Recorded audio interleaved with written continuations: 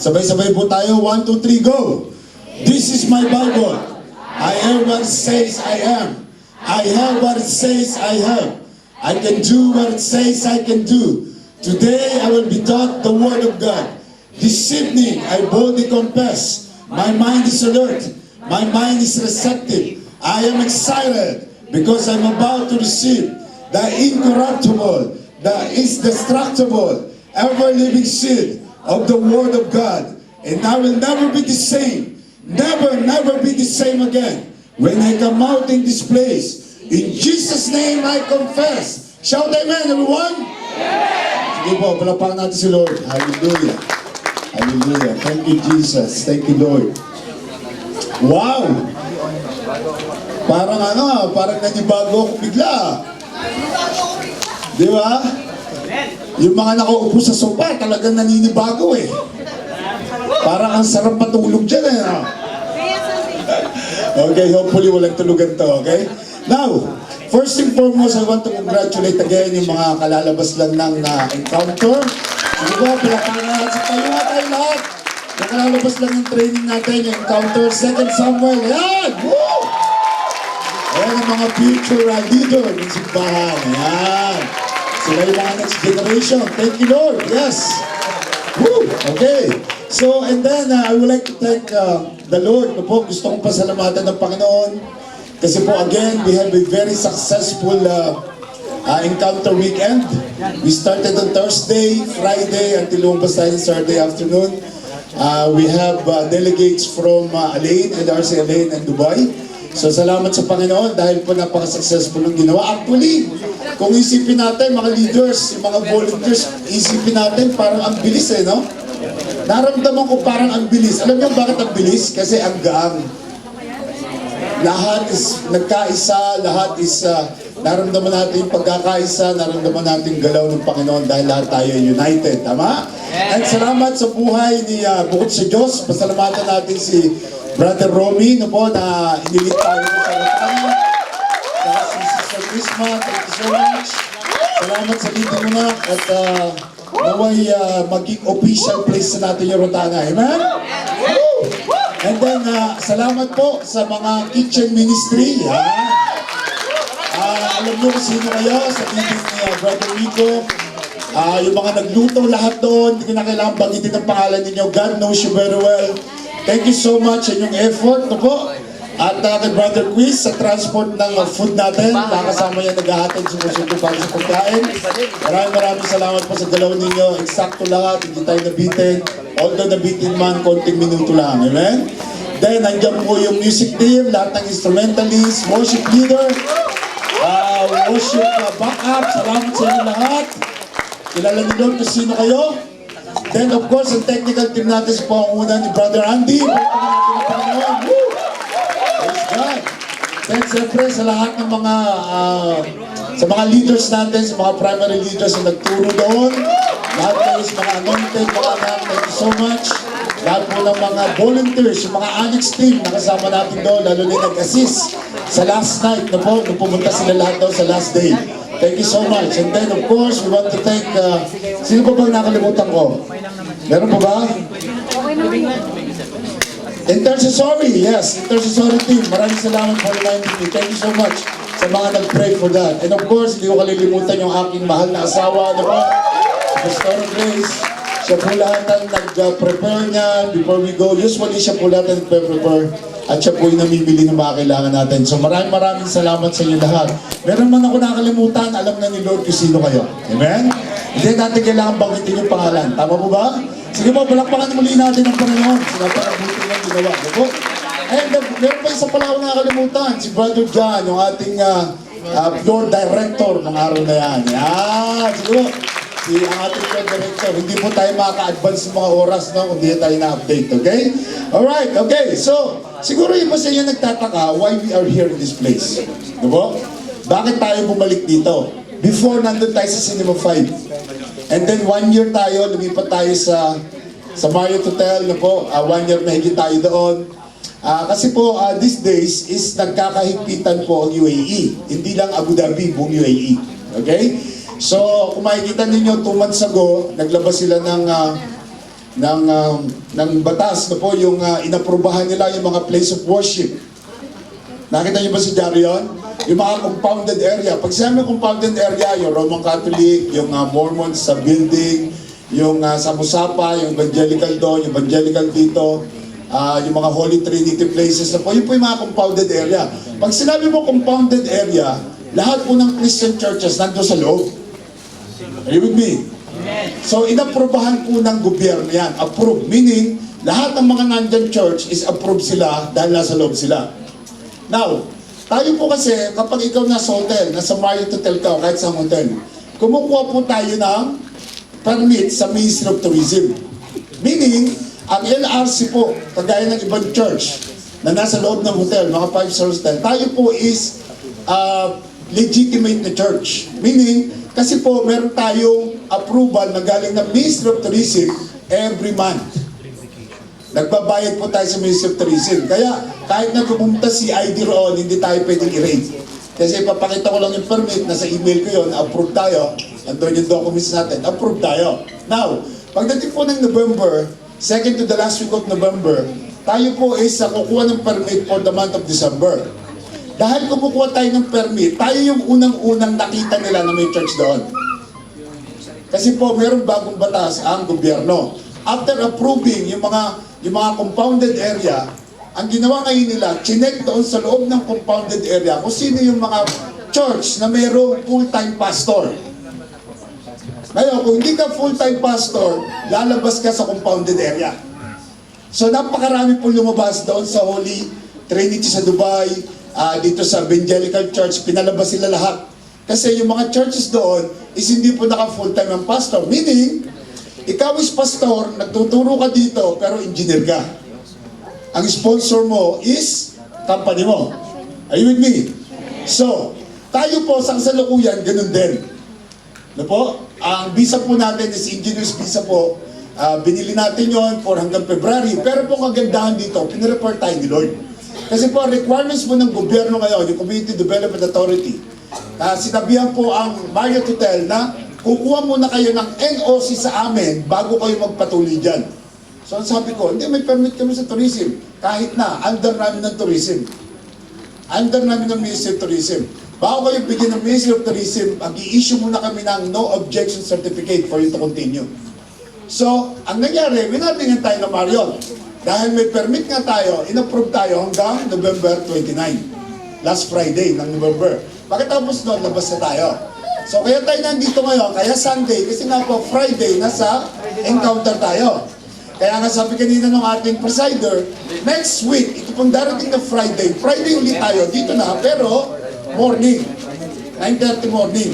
Kaya lang tayo gabi ngayon is because meron kang training ng Friday, supposed to be Friday tayo.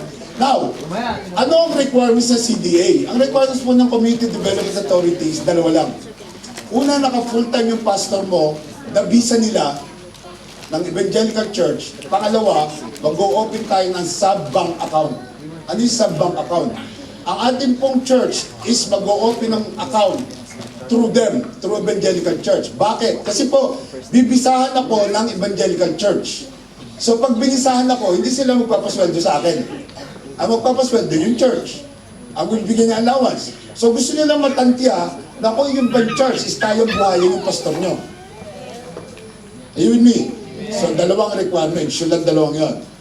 Sadly, napakarami pong churches ang bumagsak sa kategory na yun. Una, yung pastor po is napatungan lang ng kamay. Kagaya natin, na-ordain. Pag na-ordain ka, of course, pastor ka na, pero wala kang academic qualification. Are you with me? Meaning BA Theology. No po? Ngayon, tayo po pinrefer ni Lord. More than 1 year ago, tayo po is nakapag-online, nakakuha po tayo niyan. Praise God, meron tayo. Okay? So right now, kaya po tayo nandito kasi inaayos natin yung lahat ng mga documents natin. Okay? So samahan niyo ako sa prayer kasi po 4 years ago, ang desire ko talaga, tiyatas ko kay Lord yan, makapasok tayo sa Evangelical Church. Pag tayo nakapasok sa Evangelical Church, makakaipon na tayo ng budget for us to start a church in Philippines. Kasi po, i-bless tayo ni Lord doon. Now, ang gusto ko po sabihin sa inyo ganito. Mag-pray po kayo, ipag-pray nyo, samahan nyo ako sa pag-pray na tayo po pubrahan. Simula po bukas, ayusin ko na yung mga documents natin. Kapag po na-approve yun, praise God po, willing tayong tumulong sa mga churches na nangangailangan ng tulong. Kasi po kung ikaw ay church at hindi ka capable, yung pastor mo ay walang ganon, at maliit lang yung simbahan, merong isang pagkakataon na magpatuloy ka. A-affiliate ka sa pastor o sa church na capable. Affiliate means mag-join ka. Pangalan lang naman, yung church ka nila. Pero yung ginagawa natin, gagawin nila. Mag-i-disciple din sila. Tama po ba? Yun po yung sabi ko kay Lord, Lord, approvehan mo lang kami. Gawin lang po maayos po kami. Willing po kami, ako, na mag-support sa mga churches na nangangailangan. Amen? Wala po kapalit. Mag-i-disciple lang sila.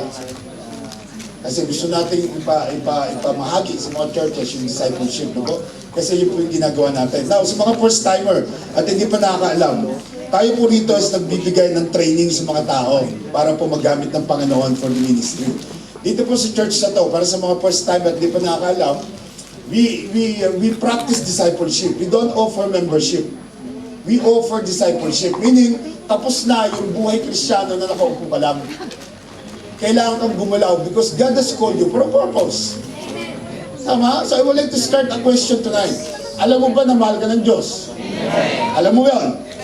Okay? Alam mo na may plano ng Diyos sa buhay mo. Alam mo na kaya ka nakaupo dyan because God has called you. Tama? Hindi ka naman naghanap ng church. Ang lagi ko sinasabi na hindi ka naman pupunta rito, naghanap ka ng church. Nandito ka because you were invited. Kahit sa mong galing ka pumundo, kahit sa galing church, nagpupunta mo rito sa UAE, nandito ka, na-invite ka pa rin sa Pilipinas. Tama? Maliban na lang kung born again yung nanay tatay mo, pinanganak ka na sa church na.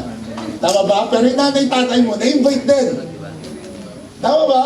Kasi lumaki tayo sa relihiyon. Ako, lumaki ako Roman Catholic eh. Tama? So, na-invite ako sa church, na-invite kami. Kaya nung nalaman ko yung plano ni Lord sa buhay ko, doon ko po nakita na, ang Kristyanismo pala, hindi ka lang uupo sa church. Ang Kristyanismo pala, may gagawin ka talaga. Ipagpapatuloy natin yung ginawa ni Lord sa Bible. Tama? Kasi si Lord, nag-share ng gospel. Ipinamahagi niya yung salita ng Diyos. Nagpagaling siya, lahat ginawa niya. Hindi ba pwede uupo ka lang dyan?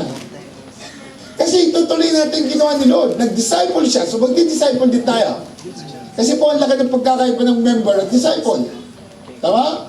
So dito po sa church na ito, nagdi-disciple tayo. Alam niyo po ba, na dahil nagdi-disciple tayo, yung mga mentor natin na nagsabi sa atin na darating tong time na to. Sinabi po sa akin yan ng ating mga mentor, si Bishop Oriel, siya mismo nagsabi, more than a year ago, na pastor, ayusin niyo ang inyong mga documents, sa batas ng langit, okay kayo. Sa batas ng lupa, meron kayong susundin. Nangyari po yun more than a year ago. Kaya po nag-complete tayo, sinunod natin, kaya okay tayo right now. Meron tayong documents na nakuha, nakapag-aral po tayo, nakapag-online tayo, kaya secure tayo. At salamat po sa Diyos, napakalaking privilege niya. Ano po? Pasalamatan po natin ng Diyos. Salamat natin sa Diyos. Okay? So, ngayon, ang gusto ko pong tanungin sa inyo, sinabi mo kanina mahal ka ng Diyos, tama? Amen. How many of you believe that? Amen. Naniniwala ka rin na may plano ng Diyos sa buhay mo? Amen. Ngayon ang tanong ko ngayon, mahal mo ba ang Diyos? Amen. Parang kumunti yung amen ah. Ha? Ayun ang sinasabi ko palagi, relationship starts when you love Him back. Kapag minahal mo ang Diyos pabalik, doon magsisimula ang relasyon. Hindi relihiyon, relasyon. Kasi may relihiyon ka noon, hindi mo naman mahal ang Diyos eh. Paano mo nasabing hindi mo mahal ang Diyos? Because hindi mo naman siya susunod. Kristiyano ko nga, sinasabi mo, but your life is not a Christian example. Ang buhay mo hindi talaga example ng isang Kristiyano. So nung minahal mo si Lord, nung wala yung relihiyon, na-establish yung relasyon. So dito, yun po yung ina-establish natin, yung relasyon. Now, mahal mo ang Diyos. Ngayon, naniniwala ka ba na alam ni Lord, ang laman ng puso't isipan mo? Yes. At wala kang itatago. Kasi from the beginning, kilala ka na ni Lord. Ngayon, ngayong Kristiyano ka na at ngayon tinawag ka na niya, alam ni Lord kung sino ka.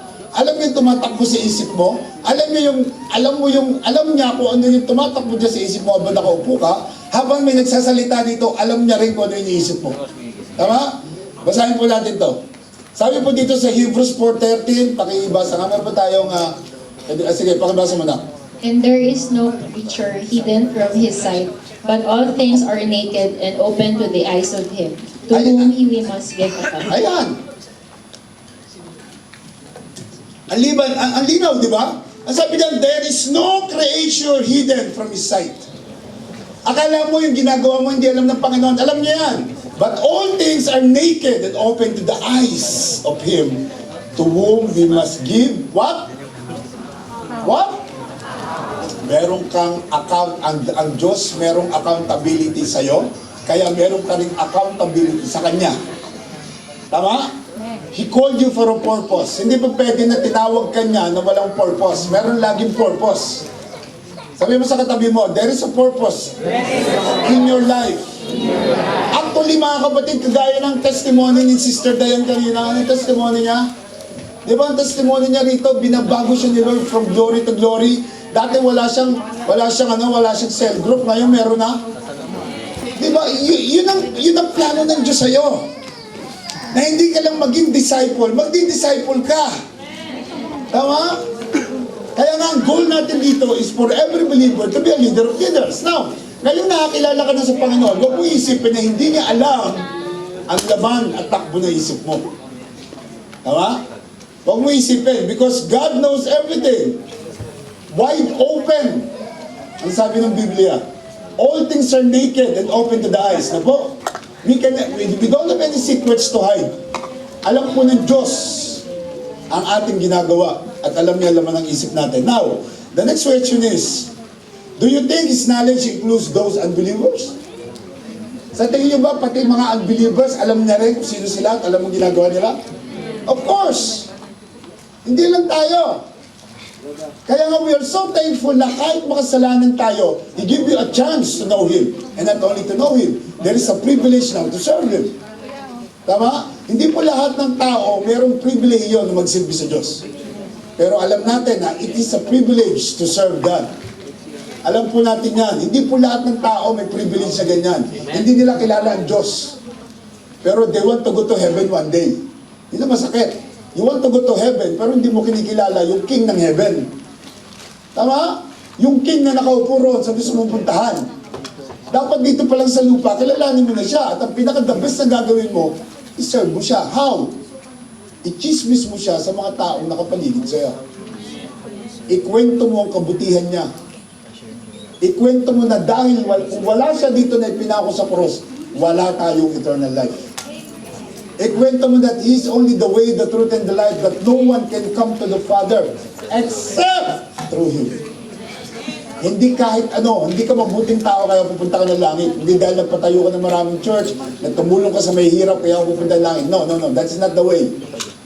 The way is about Him and not about you. Tama? So yun ang gagawin mo para makarating ka sa langit. Yun lang ang gagawin natin. So, in fact, in Romans 5:8, ang sabi dyan, makasalanan pa tayo. Ayan, no? Pakibasa nga. But God demonstrates His own love towards us, in that while we were still sinners, Christ died for us. Mga kapatid, napaka-comfort. It's comforting to think and to realize na nung makasalanan pa tayo, meron ng Diyos na nagmamahal sa atin. Hindi pa natin siya kilala. Namatay na siya para sa'yo. At ngayon kilala mo na siya, ibalik mo naman yung para sa Kanya. Di ba? Ngayon kilala mo na siya, huwag ka nang bumalik sa dati. Dahil nung makasalanan ka pa, namatay na siya for you. Ngayon kilala mo na siya, yung kasalanan, eliminate mo na yan. Di ba? So, ibig sabihin, hindi ka lang naandito sa church para sa information. Pero gusto natin magkaroon ka ng transformation. Amen. Sabi mo sa katabi mo, you need to be transformed. Sabi mo. Tama? Actually, God is not interested in your past. Pero excited siya sa future mo. Tama? At yun ang maganda roon, yung kahit na sino ka pa nung ikaw'y makasalanan, hindi siya interested doon eh. Interesado siya sa iyo ngayon na gusto mong makilala mo siya. Ano ang purpose mo, Lord, sa buhay ko? I don't care about your past. What I care is you right now and what you will do for me in the future. Di ba? Tandaan niyo po, God loves souls. Yun lang ang gusto niya. Yung mga kaibigan mo hindi pa nakakilala, pamilya mo, nanay, tatay mo, ka-flatmate mo, dali mo lahat sa pana niya. Ngayon, ang tanong, Pastor, paano ko po dadalhin? Kaya nga, nag-o-offer tayo ng training. Amen. Tama? Because you cannot be You cannot be a very efficient Christian kung hindi ka magte-train. Kailangan mo mag-train, kailangan mo mag-level up. And you are in the right place because we offer lots of training here. Intentional trainings. Ngayon, ang desisyon, nasa iyo. Tama? Nasa iyo ang desisyon. At alam mo ba, yung desisyon mong yan na ayaw magpatuloy sa training, iyo yan, hindi amin. You're doing our part, but you should do your part. Kasi mo, pagdating ng time, God knows what you're doing. And also, God knows what you're thinking. Tama? Amen po ba? Alam niyo po, nung nabasa ko to, grabe itong verse na to, tama nito sa akin, ako bago Krisyano pa lang, grabe po ang dating sa akin yan. Dahil sobra pong makasalanan tayo, pero Diyos, minahal pa rin tayo. Diba? Sige po, pasok po kayo, huwag po kayo mahiya. Welcome po kayo.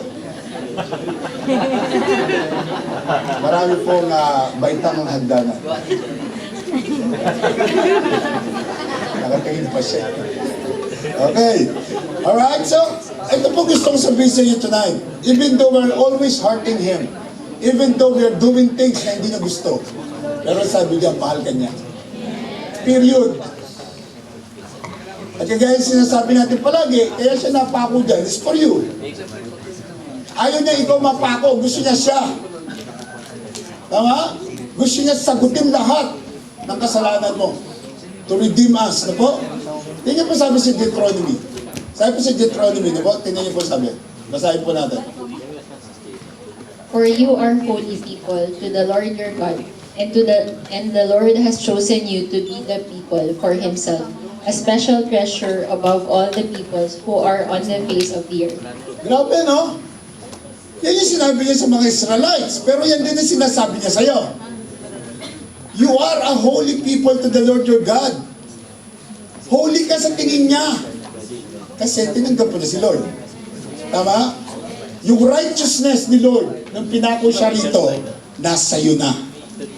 Dahil tinanggap mo yung ginawa niya sa cross. And sabi diyan, the Lord has chosen you to be a people for Himself. Grabe, no? Pinili ka niya para sa Kanya. Sino ka ba naman para piliin niya? Anong meron ka? Ang Kanya pagmamahal lang. So sa'yo, pagmamahal din dapat ibalik mo. Tama? Hindi reliyon, relasyon. A special treasure above all the peoples that are on the face of the earth. Grabe, lahat tayo yan. Kahit na hindi pa siya kilala, yan ang tingin ng Diyos sa'yo. Di ba? Kaya nga ako, nung tinawag kami ni Lord, alam niyo ba yung 2001 kami unang in-invite eh. Pero nagbigay kami ng way 2002 na, June. Grabe, lagi ko sinasabi to, sayang yung mga panahon na hindi ko pa tinanggap noon eh. Sineshare na ako pero na-invite ako sa church, 8 months kami bago sumama sa church. Nangihinayang ako doon sa 8 months na yun. Sayang. Tama? Kaya pag may ini-invite kayo, pagtyagaan nyo kapatid. Buti ako pinagtyagaan. Buti ako pinagtyagaan, saan kaya kami ngayon? Ako mismo, personally, saan kaya ako ngayon? Tama? So wag po kayo manghihinayang. Invite mo ngayon? Oy, sama ka, may church kami doon sa Almaraya sa Friday. Ay, busy ako eh. O sige, next time ha. Invite mo ulit next Friday. Oy, maglalaba ako eh. O sige, next time. Maubusan din yan. Invite mo ulit. Ay, mamamalengke ako. Ako na lang mamamalengke para sa'yo. Sama ka na, pangatlong linggo na ngayon. Hindi talagang mamalengke ako. Sige, next week, palagay ko wala na. Ngayon, unahin na kita kayo. Invite na kita ulit next week ha. Kung may gagawin ka, tapusin mo lang gawebes. Tama? Para pagdating ng Friday, wala ka na ang dahilan. Diretsuhin mo na. Amen po ba? With me? Ganun po ginawa sa amin. Grabe. Pinatagay ko pa nga ng alak. Pinipilit ko pang uminom pag ini-invite ako, napakalokong tao, di ba? Pero yung pagmamahal ni Lord nandun eh, hindi po talaga mawala. Tama? So dito sa church, ngayong alam mo na yung totoo, dapat hindi ka spectator. Dapat ikaw is talagang gagalaw for His glory. Kailangan magpapagamit ka kay Lord. Lord, I am here, send me. Tingnan mo yung favor ni God. Yung testimony, si Sandayan. Wala siyang time, kinausap yung boss niya. Boss, pwede ba akong bigyan ng time? Alam niyo ba si Lord pwede niya hipuin ang lahat para sa'yo? Isang touch lang ni Lord yun. Isang touch lang. Yung paglapit mo pa lang, ando na yung favor na isasagot ng boss mo. Ang problema, tinry mo ba? Tinry mo ba na magpaalam? Di ba? Kasi pag sa'yo mong busy ka talaga. Wala ka schedule, wala talaga. Pero gagawa ka ng paraan. Amen. Nangyari po sa akin yan. 1 year and 8 months ako sa FedEx, wala po akong time. Pero kahit hindi ako binigyan ng time, hindi ako nawala. Andun ako sa church. Pag wala ako sa church, pag wala ako sa gawain, 12 to 15 hours ang trabaho ko. Pag meron gawain, kinakat ko ng 8 hours, umuwi ako ng maaga kasi may gawain. For almost 2 years, yun pong ginawa ko. Hindi po ako nagbibiro sa inyo. Kahit na hirap kami noon, kailangan ko mag-overtime. Hindi, pag may gawain kay God muna. Yung pala part na ng training ko yun, to come here in Abu Dhabi to start the church. Kita mo? Kasi akala mo yung pangit na nangyayari sa buhay mo, hindi mo alam maganda yon. May plano ng Diyos sa'yo eh, hindi ka niya pababayaan. Basta may desire ka na magsilbi sa Kanya, God will make a way. Tandaan niyo po, sabi mo sa katabi mo, if you are willing, God is willing. Yan, alam niyo kasi yung nagsasalita niya, parating na yun. Parang Pilipinas. Okay? Okay? So in fact, the Bible tells us something. Ano ba? Ito pa sabi rin sa Bible. Tingnan niyo, pakibasa po. Then the word of the Lord came to me, saying, Before I formed you in the womb, I knew you. Before you were born, I sanctified you. I ordained you a prophet to the nations.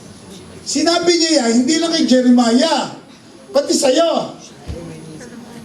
Di ba? Ganun po ang pagbabasa ng Bible, lahat applicable sa'yo. Ay, hindi, pastor, hindi sa akin yan. Eh, ba't nagbasa ka pa ng Bible? Di ba ka na magbasa? Tama? Kaya kailangan may application eh. Kaya pag may nagtanong, pastor, totoo ba yung Bible? Totoo, pag in-apply mo, pag hindi, hindi totoo yan. Tama? Kailangan po may application. God knows you before you were conceived. Sa tiyan pa lang ng nanay mo, kilala ka na ng Diyos. Ngayon, pag nakita mo yan, lalakaran mo ngayon yan. Doon magsisimulang mag-work ang God sa buhay mo. Pero nung nabasa mo, ay, hindi ako niniwala dyan. Paano mag-work ang plano ng Diyos sa buhay mo kung hindi mo pinaniniwalaan yung salita niya? Di ba, minsan sasabihin natin, God, talk to me, Lord. May problema ako, kusapin mo ako, sabi ni Lord, itong Bible, basahin mo. Tama? Amen po ba? Ganyan po ang pag-interpret ng Biblia. Kailangan po, ina-apply natin. Kaya po, sabi diyan, then the word of the Lord came to me saying to Jeremiah, Before I formed you in the womb, I knew you. Ngayon, hindi niya lang sinabi kay Jeremiah, yan, pati sa'yo. Kasi from the beginning, God knows you. Actually, He created you for a purpose. Tama? Dapat pangatawanan mo yan sa sarili mo. Grabe, 2020 na, Lord. Ano ba talaga, Lord? 2020 na, sabi ni Lord, bahay ko lang hinihintay ko eh. 2020 na nga, ang tagal mo na dyan, hanggang wala ko pa ginagawa. Tama? Gusto mo lang nakaupo sa church. Tama po ba? Tanda mo, God loves you unconditionally. Sabi mo, God loves you? Sabi sa katabi mo, unconditionally. Now, meron po kayo sa share sa inyo. Dito po yung title niya.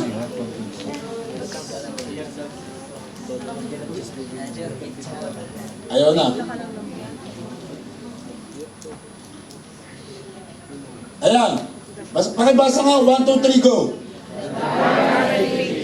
Isa pa yung malakas. Okay, close your eyes. Close your eyes. Hallelujah. Father in heaven, tonight, minsan pa, Panginoon, let your word be exploded in this place, Panginoon. We rebuke the works of the enemy in this place, Lord God, and let your Holy Spirit move freely in this place. Holy Spirit, tago niyo lang ako sa inyong likuran. Kayo po muli ang magsalita. Tapakan niyo ako, Lord. Kayo pong makita. Kayo pong marinig. Gamitin niyo lang ako as your mouthpiece and a channel of blessing for everyone, Lord God. Use me, Lord. Give me your wisdom. In Jesus' mighty name. And everyone will say, Amen. Alam niyo po, sabi po ng ibang church, sabi po ng ibang pananampalataya, alam niyo kung hindi kayo sasama sa amin, pag kayo lumabas sa church na to, wala na, impyerno na punta yun. Sabi nila. Pag kayo lumabas ng church namin, wala na, hell na kayo. Kasi ang kaligtasan nandito sa church na to. Sabi ng iba. Tapos sabi ng iba, alam mo yung mga Christian na yan, ano yan? Tayo full gospel, sila half gospel lang. They don't practice the Holy Spirit. Ganun eh. Bakit? Kasi sometimes yung mga Kristiyano mismo nagiging judgmental to each other. Di ba? Nagkakaroon tayo ng judgmental attitude. Yung kapag nakita ka na ibang Christian, alam mo, mas maganda yung church namin kaysa dyan. O, mas marami kami kaysa sa kanila. Mas maganda yung ginagawa namin kaysa sa kanila. Tama? Dapat po hindi tayo judgmental. Wala po dapat judgmental na anak ng Diyos. Wala kang karamatang mag-judge sa kapwa natin tao. Lalo na kung mga believer din na kagaya natin. Bakit ko sinasabihan ng ganito? Because sometimes po, ganyan talaga yung nangyayari. Ganyan po talaga. Magkita ka, yan, kagaya ngayon. Nandito tayo sa place na to. Sa Sunday, sa Friday, paglabas mo dyan, ang dami. Kasi lahat ng sinihan dito may church eh. Baka mga friends mo ka na, andyan, may kita mo eh. Tama? Tapos ang maganda rito sa lugar na to, advantage sa atin. Kasi paglabas mo, ang daming kainan. Iba nga, kumakain na ngayon eh. Si Brother Alan na, may baon ng cheese ring eh, nakita ko.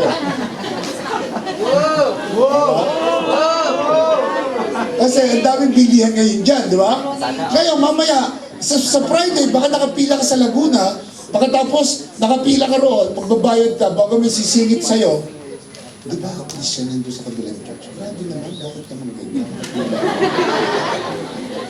Di ba? Alam nyo, nangyari yan, nandito tayo noon. Nangyari yan, maraming ganyan. So, sumingit, pabayaan mo na! Tanongin mo lang, Brad, sino pastor mo? Sabihin mo na lang gano'n, huwag mo lang sigahan, tama? Kaya kung nakapila kayo sa Laguna, huwag kayo sisingit. Nangyari po maraming beses yan. Kasi ang dami ng churches dito na Christian lahat po. Lahat ng butas may Christian na. Kumbaga lahat ng sinihan. So paglabas nyo rito, sa Friday, sigurado kita-kits kayo dyan sa lobby. Ang dami dyan. Tama? So, huwag po tayong judgmental. Kasi po, ang mabigat po yung dahil sa kaka-judge mo, hindi mo alam, nagkakasala ka na. Dahil hindi mo nakikita yung dumi ng mata mo, yung dumi ng mata nila nakikita mo. Amen. Tama? At sometimes mga kapatid, meron mga tao naman, bago sa simbahan, careful po sa mga bago sa church, wag naman po masyadong extreme. Ano po? Ang pagtaas ng pananampalataya. Sabay-sabay lang tayo. Winawarningan ko na kayo. Kung ikaw bago lang dito, o siguro nakaisang buwan, dalawang buwan ka pa lang, or siguro 3 linggo, 2 linggo, o fifth timer ka pa lang, at ang dami mo na natututunan, sabay-sabay lang tayo lalago, kapatid. Ang dami ko na po experience dito. Na nung nakakilala sa Panginoon, ang mga unbeliever nung nakakilala, matindi ang memorization, sinaulo ang Biblia, by walking Bible na. Ajur! Si Ejur, wala ako kaya si Ejur. Ang hinahanap ko lang dyan kay Ejur Brooks. Okay? So, meron kasi mga ganun. Alam niyo yung may natutulan lang konti, parang ang tali-talino na. Huwag po ganun. Yung talino mo, gamitin mo to share to others. Humble yourself.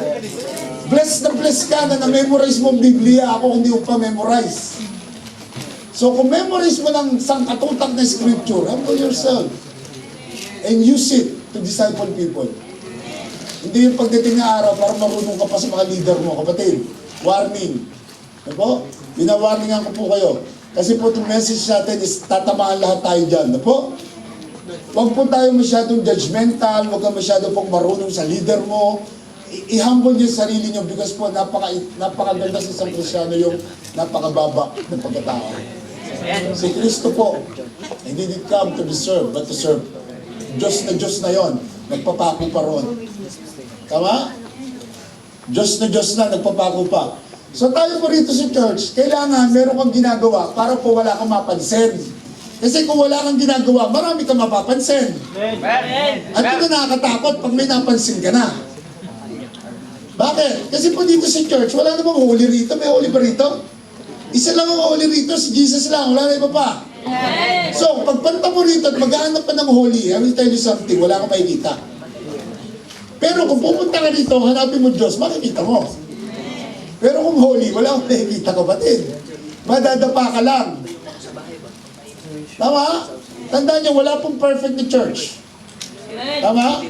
Naging imperfect lang yung church kasi dumating ka. Tama? Bakit mo sinabi yun? Kasi kung meron darating dito isang tao na maghanap ng holy, maghanap ng perfect na church, hindi na perfect. Kasi dumating siya eh. Before perfect ang church eh, dumating ka lang eh. Kasi dahil mo hinahanap, tama? So para hindi ka malito, para hindi ka maghanap, kapatid, focus mo sa sarili mo kay Lord. Okay, 2020 na, kaya may message na ganito. Gusto kong lahat tayo, iisa lang ang gagawin. Lahat tayo, iisa lang ang focus na po. Alright, so dito po, meron tayong pag-uusapan dito. Ito po yung parable din sa Bible na po. Pero po gusto kong pag-usapan natin ito, diin na natin ng maganda. Sige nga, pakibasa nga na. There were present at that season some who told him about the Galileans, whose blood Pilate had mingled with their sacrifices. Eto, tingnan niyo itong istorya ito. Sabi mo rito, there were present at that season some who told him about the Galileans whose blood Pilate had mingled with their sacrifices. Si Pilate po kasi, pinapatay niya yung mga Galileans while offering their sacrifices. Pinapatay niya lahat sa istorya po. And that is because Pilate thought na yung mga taong to, yung mga Galileans ito, magre-rebel against his government. Akala niya magre-rebelde sila, kaya ang ginawa niya, pinapatay niya sila. Why? Because of his judgmental attitude. Alam mo yung akala? Marami namatay sa akala. Akala mo walang kuryente, nawakan mo, patay. Alam mo yan? Ito akala to eh. Akala niya magre-rebelde yung mga Galileans, kaya pinapatay niya lahat. Akala mo type ka, yung pala kaibigan lang pala.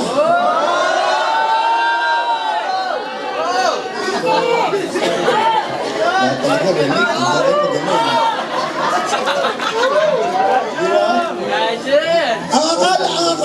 Ang akala ni Pilate, itong mga Galileans na to, may plano magrebelde sa gobyerno niya. Kaya po pinapatay niya sila. Okay? At ito po yung sabi ni Jesus sa susunod na verse. Sabi po sa verse 2. Ayan, sabi po sa verse 2. And Jesus answered and said to them, Do you suppose that these Galileans were worse sinners than all other Galileans, because they suffered such things? I tell you, no. But unless you repent, you will all likewise perish. So sabi ni Lord dito, akala mo ba yung mga Galileans na pinapatay na yon is mga worse sinners than you? Hindi. Not all other Galileans, hindi. Lahat tayo, sabi niya, unless you repent, you will all like perish. Kahit na hindi ka magre-rebelde, kung hindi ka magre-repent, lahat tayo pe-perish. Eh siya sabi ni Lord, hindi lang yung mga Galileans sa pinapatay ni Pilate, kahit ikaw mismo, kung hindi ka magre-repent, lahat tayo magpe-perish. So, susunod sa verse, sabi po sa 4. Or those 18 on whom the tower in Siloam fell and killed them, do you think that they were worse sinners than all other men who dwelt in Jerusalem? Kasi po, just a story niyan, meron po group of people, ang tawag po sa kanila is Zealots, Z-E-A-L-O-T-S, na po. This is a group of anti-Roman terrorists, mga grupo naman to ng mga anti-Roman terrorists those days. And they are very judgmental too. Napaka-judgmental din ng mga to. And they would have said, itong 18 workers na to, ang sabi diyan, whom the tower Siloam fell and killed them, do you think they were worse sinners than all other men who dwelt in Jerusalem? Akala mo ba sila sila lang ang sinner at ikaw hindi? Parang ganun siya sabi ni Lord. No po? Kasi sa judgmental. Sabi niya, for their cooperation and rebellion acts, kasi po, itong mga zealots na to, no po, 18 sila, nag-cooperate sila sa mga Galileans. At nakita rin sila ni Pontius Pilate. So nadamay sila. Kaya sabi ni Lord, all those 18 on whom the tower Siloam fell and killed them, do you think that they were worse sinners than all other men who dwelt in Jerusalem? Ano sabi ni Lord? Basahin natin sa 5. Sabi ni Lord, I tell you no, but unless you repent, you will all likewise perish. so dito nakikita natin mga kapatid, hindi lang pala yung mga judgmental ang magpe-perish. Kahit ikaw, may pagkakataong mag-perish. Kasi po napakalalim ng palatuntunan ng Lord eh. Yung kanyang standard is napakalalim. Na kung tingin natin mga tao, ang babaw lang. Tama? Di ba sabi sa Bible, doon sa encounter natin, may nag-share doon, di ba sabi? Nakita mo pa lang yung babae at nag-isip ka ng negative, rape na yon. Nag-isip ka ng something in your flesh, rape na. At hindi lang lalaki yun, pati babae. Akala nyo naman, lalaki lang nag-iisip ng ganon. Ang babae ba, hindi. Pag nakakita ko ng macho-macho, gwapo-gwapo, ganun din naman thinking nyo. Oh. Totoo, hindi. Parang mga lalaki lang lagi may kasalanan. Di ba? Amen? So, sabi ni Lord doon, kung yung kamay mo nagkakasala, putulin mo yan. Kaysa pumasok ka sa hell, nabuo ka nga, pero nasa hell ka eternity. So, yung standard ng Diyos masyadong mataas. So, ang repentance po, napaka-importante sa ating lahat. Amen po ba? So, nandito ko sa church, don't ever think na okay ka na. Don't ever think. Don't judge other people. Nandito ka to work out for your own salvation. Hindi ka nandito para husgahan yung kapwa mo. Hindi ka nandito para silipin yung kasalanan ng taong yon. Dahil ang Diyos pinatawad na yon, ikaw wala kang karapatan, husgahan siya. Naalala niyo yung babae na dinala ng mga Pharisee kay Jesus? Di ba sabi, Panginoon, Lord, ito pong babae ito, nahuli namin na nakikiapin. Ano po ba dapat gawin dyan? Dapat niyang parusahan. Ano ginawa ni Lord? Sumulat sa lupa. At sabi niya, kung sino ang hindi nagkasala, unang bumato. Walang bumato, lahat sila nawala. Kasi they knows themselves na sila makasalanan din. Kaya sabi ni Lord sa kanya, hindi niya kinondem si Magdalene, di ba? Sabi niya, sige, go, at huwag ka na magkasala muli. Hindi niya kinondem. Bakit ikaw, condemn ka ng condemn sa kapwa mo? Tama mo ba? Wala tayong karapatang mag-judge sa kapwa natin, mga anak. Kaya sabi ni Lord, I tell you, no, but unless you repent, lahat tayo magpe-perish. Kasi po maraming tao, akala nila okay na sila eh. Parang feeling nila, hindi sila bagay sa planeta. Nahuling-huli na sila because ang tagal na nilang Christian eh. Di ba? At ang nakakatakot nito mga kapatid, huwag kayong padadala sa tukso na ang laki na ng cell group mo, lalaki yung ulo mo. Hello? Huwag natin gayahin ang nakaraan. Tapos na yon. Dumami man ng 144 mo, magkaroon ka man ng 1,728 under you. Ikaw as a leader. Lahat yan konektado sa pulpito. Tama po ba? Narinig niyo po ako? Kasi leader ka ng church. So you should lead. Not to build another church. So warning na yan, ha? Wala pong ganun dito. Amen? Wala nang ganun. Tama? Lahat tayo magsisilbi kay God. Focus tayo kay Lord. Amen? Now, tingnan niyo po ito. Sabi po rito, basahin nga natin itong 6 to 9. Dire-diretso tayo sa 6 to 9. Sige po. He also spoke this parable. Ayan. A certain man had a fig tree planted in his vineyard, and he came seeking fruit on it, and found none. Then he said to the keeper of his vineyard, Look, for 3 years I have come seeking fruit on this fig tree, and find none. Cut it down. Why does it use up to the ground? But he answered and said to him, Sir, let it alone this year also, until I dig around it and fertilize it. And if it bears fruit, well. But if not, after that you can cut it down. Okay, so ito po yung parable kaduktong nung 13, 1 to 5. Okay? Ito yung kaduktong. Biglang pumasok yung parable. 2 weeks ago, if you remember, I taught you about the parable of the vineyard. Tama? The workers. Naaralan nyo yun? So ito, another parable na naman to. Kasi po, there are around 35 parables sa four Gospels po. So ito yung isa sa mga parable. Ito yung pag-uusapan natin, nakaduktong noong 1 to 5. Bigla yung pinasok ni Lord to. Meron na naman parable. So para maintindihan natin, tingnan natin Tagalog. Makibasa yung Tagalog na. Isinalaysay niya ang talinhagang ito. Isang tao ang may puno ng igos na nakatanim sa kanyang ubasan. Pinuntahan niya ito upang maghanap ng bunga roon. Ngunit wala siyang natagpuan. Kaya sinabi niya sa tagapag-alaga ng ubasan, Tignan mo ito, 3 taon na akong pumupunta rito upang maghanap ng bunga sa punong igos na ito. Ngunit wala pa akong matagpuan. Kaya putulin mo na ito. Sayang lang ang lupa sa kanya. Sumagot ito sa kanya, Panginoon, bigyan pa po ninyo ito ng 1 taon at huhukayin ko ang paligid nito at lalagyan ko ng pataba. Baka Baka naman magbunga na ito sa darating na taon. Ngunit kung hindi pa, puputulin na niyo ito. Okay, so ito po related sa atin. But I want you to understand first, sa Old Testament po, yung pong fruitful tree, yung pong isang puno na mabunga is often used, an example sa isang buhay Kristyano. Para pong sinisimbolo yun. Kapag ang puno is mabunga, sa isang Kristyano, mabunga ka. Pero kung hindi ka nagbubunga, may problema. Tama ba? Andiyan po yung gusto kong pag-usapan natin ngayon. So inihantulad dyan sa isang buhay ng isang Kristyano na 3 taon na siya dyan, hanggang ngayon wala pa siyang bunga. Sabi mo sa katabi mo, parang papuntang topic sa'yo. Sabi mo. Parang ikaw ang pag-uusapan. Sabi mo. Di ba? Okay. Dito po, Jesus is pointed out kung ano yung mangyayari sa isang puno na hindi nagbubunga. Kumbaga, ginagamit ni Lord itong parable na to para pag-usapan ng puno, pero ang totoo niyan, para pag-usapan tayo na hindi nagbubunga. Tama? Diyan po papunta yan.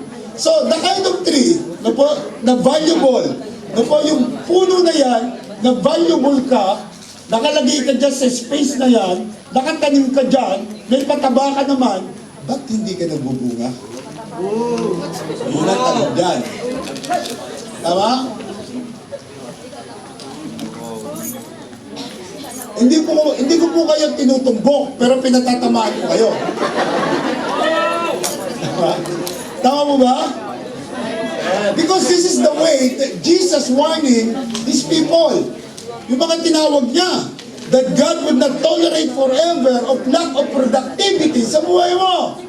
Hindi niya ito tolerate yan. Kailangan tinawag ka niya, may purpose sa'yo, mahal ka niya, sinave ka niya actually. Hindi lang siya nagpapako sa'yo para lang ikaw is pagpalain niya. Meron kang gagawin. At yun is ipangalandakan that He is the only way, the truth, and the life, that no one comes to the Father except through Him. Because napakarami pong tao, hindi alam yan. Pasok po kayo. Nasaan yung ating mga usher? Yan. Pasok po. Yan. Pakialalayan po yung mga dumarating. Sige po. Yan. Pasok po kayo. Yan. Yung mga kapatid na lalakihan na nakaupo sa sopa, pwede po bang... yan. Ayan. Sige po. Pasok po kayo. Yan. Dito po. May dalawa pa po rito. Yan. Pasok po kayo. 5 po yan. 5. Lalakad na. Sige po yan. Yan. Okay. Thank you for coming tonight. Yeah. Okay. So, ang sinasabi ko po rito mga kapatid, tuloy tayo. Ang pinag-uusapan po natin dito is yung isang kang Kristyano na kumilala kay Lord, na sinasabi, Lord, I love you so much. I know that you love me. Tama? I will give my heart to you. Di ba may kantang ganon? Pagsisilbihan kita, Panginoon. Andito ako. Pero actually, hindi ka nagbubunga. Tama? Hindi ka nagbubunga, yun po yung problema natin. God, even though we are not worthy, God has died for us in the cross. Now, meron kang purpose. Ulit-ulit kasi sabi to, may purpose ka. At sabi mo sa katabi mo, may potential ka, kapatid. Sabi mo. Lahat tayo may potential. Alam niyo po ba mga kapatid? Mga anak, listen. Kung kilala niyo lang ako before, yung mga nag-encounter dito, nakilala niyo na ako dahil yung testimony ni Pastora, di ba, ulit-ulit yun eh. Ang sakit na si dibdib nun eh. Kaya kung gusto malaman niyo mag-encounter kayo. Okay, so, paulit-ulit ko naririnig doon, yung buhay na yun, no po, tapos na eh. Ngayon, dahil meron kang pinagdaanan ganon, ang tingin mo sa sarili mo, you are not worthy. Pero ang tingin ni Lord sa'yo, iba eh. Meron kang potensyal. Gusto kanyang gamitin for His glory, for His purpose. Ang problema lang, hindi ka nag-multiply. Kasi ikaw ang nag-decide yan, hindi siya. Tama? Kahit na po ulit-ulit natin sabihin dito na mag-multiply tayo, maging role model tayo, go therefore, win and make disciples, hindi natin ginagawa. Ang may problema noon, hindi na yung church, ikaw na.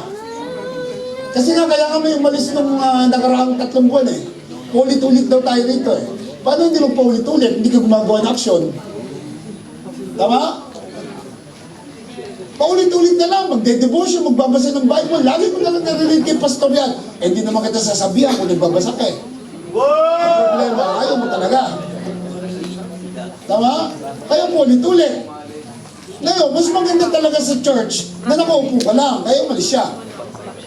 Kasi po mga kapatid, tingnan nyo ha, lagi sinasabi, yung Christianity na nakaupo lang, tapusin na natin yan. Yung Christianity na active ka. Kaya nga sabi ni Bishop Porel, yun ang tawagin Christian siya. Ang tawag niya lang, follower of Christ eh. Kasi ang daming tao, tawag nila, Christian daw sila, hindi naman nakikita sa buhay nila.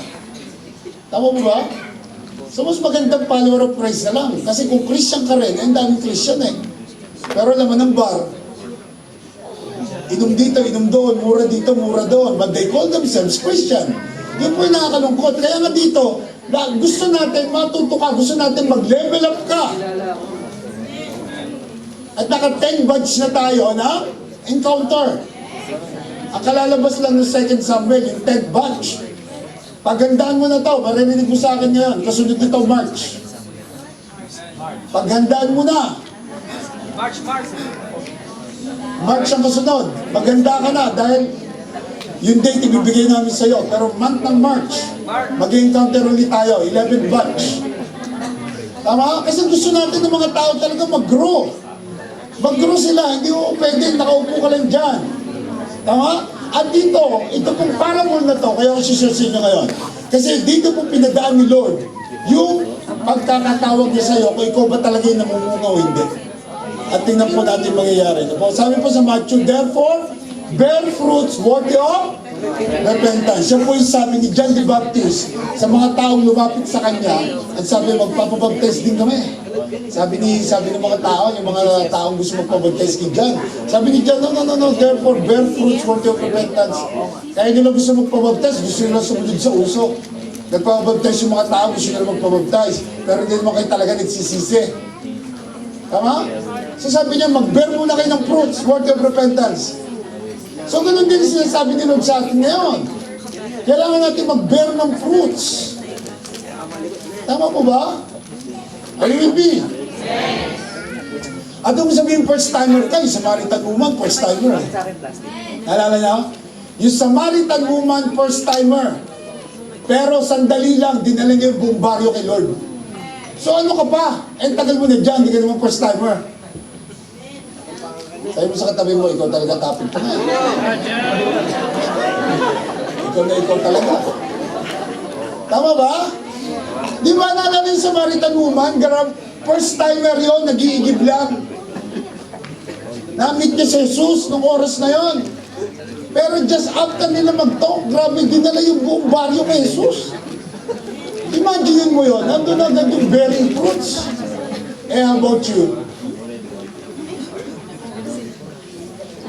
Tama? Huwag yung pamayaan, pantalon mo yung kulay ng sofa, ng silya. Baka ang tagal mo na dyan, pinapita na ng pula, ng orange, ng violet yung pantalon mo. Hanggang ngayon, hindi ka pa nagbeber ng fruits. Amen? Amen po ba? So, hindi po tayo daan dito para hindi mamunga. Mamumunga po tayo. Kapatid, sabi mo sa katabi mo, 2020 na. Hanggang kailan? Kaya po ito sabi ko, tingin nyo, where there are people who don't hear the word of God once, what is your right to hear it twice? Ngayon dating nakalagay doon sa center. Basahin nga natin, sabay-sabay tayo, 1, 2, 3, go!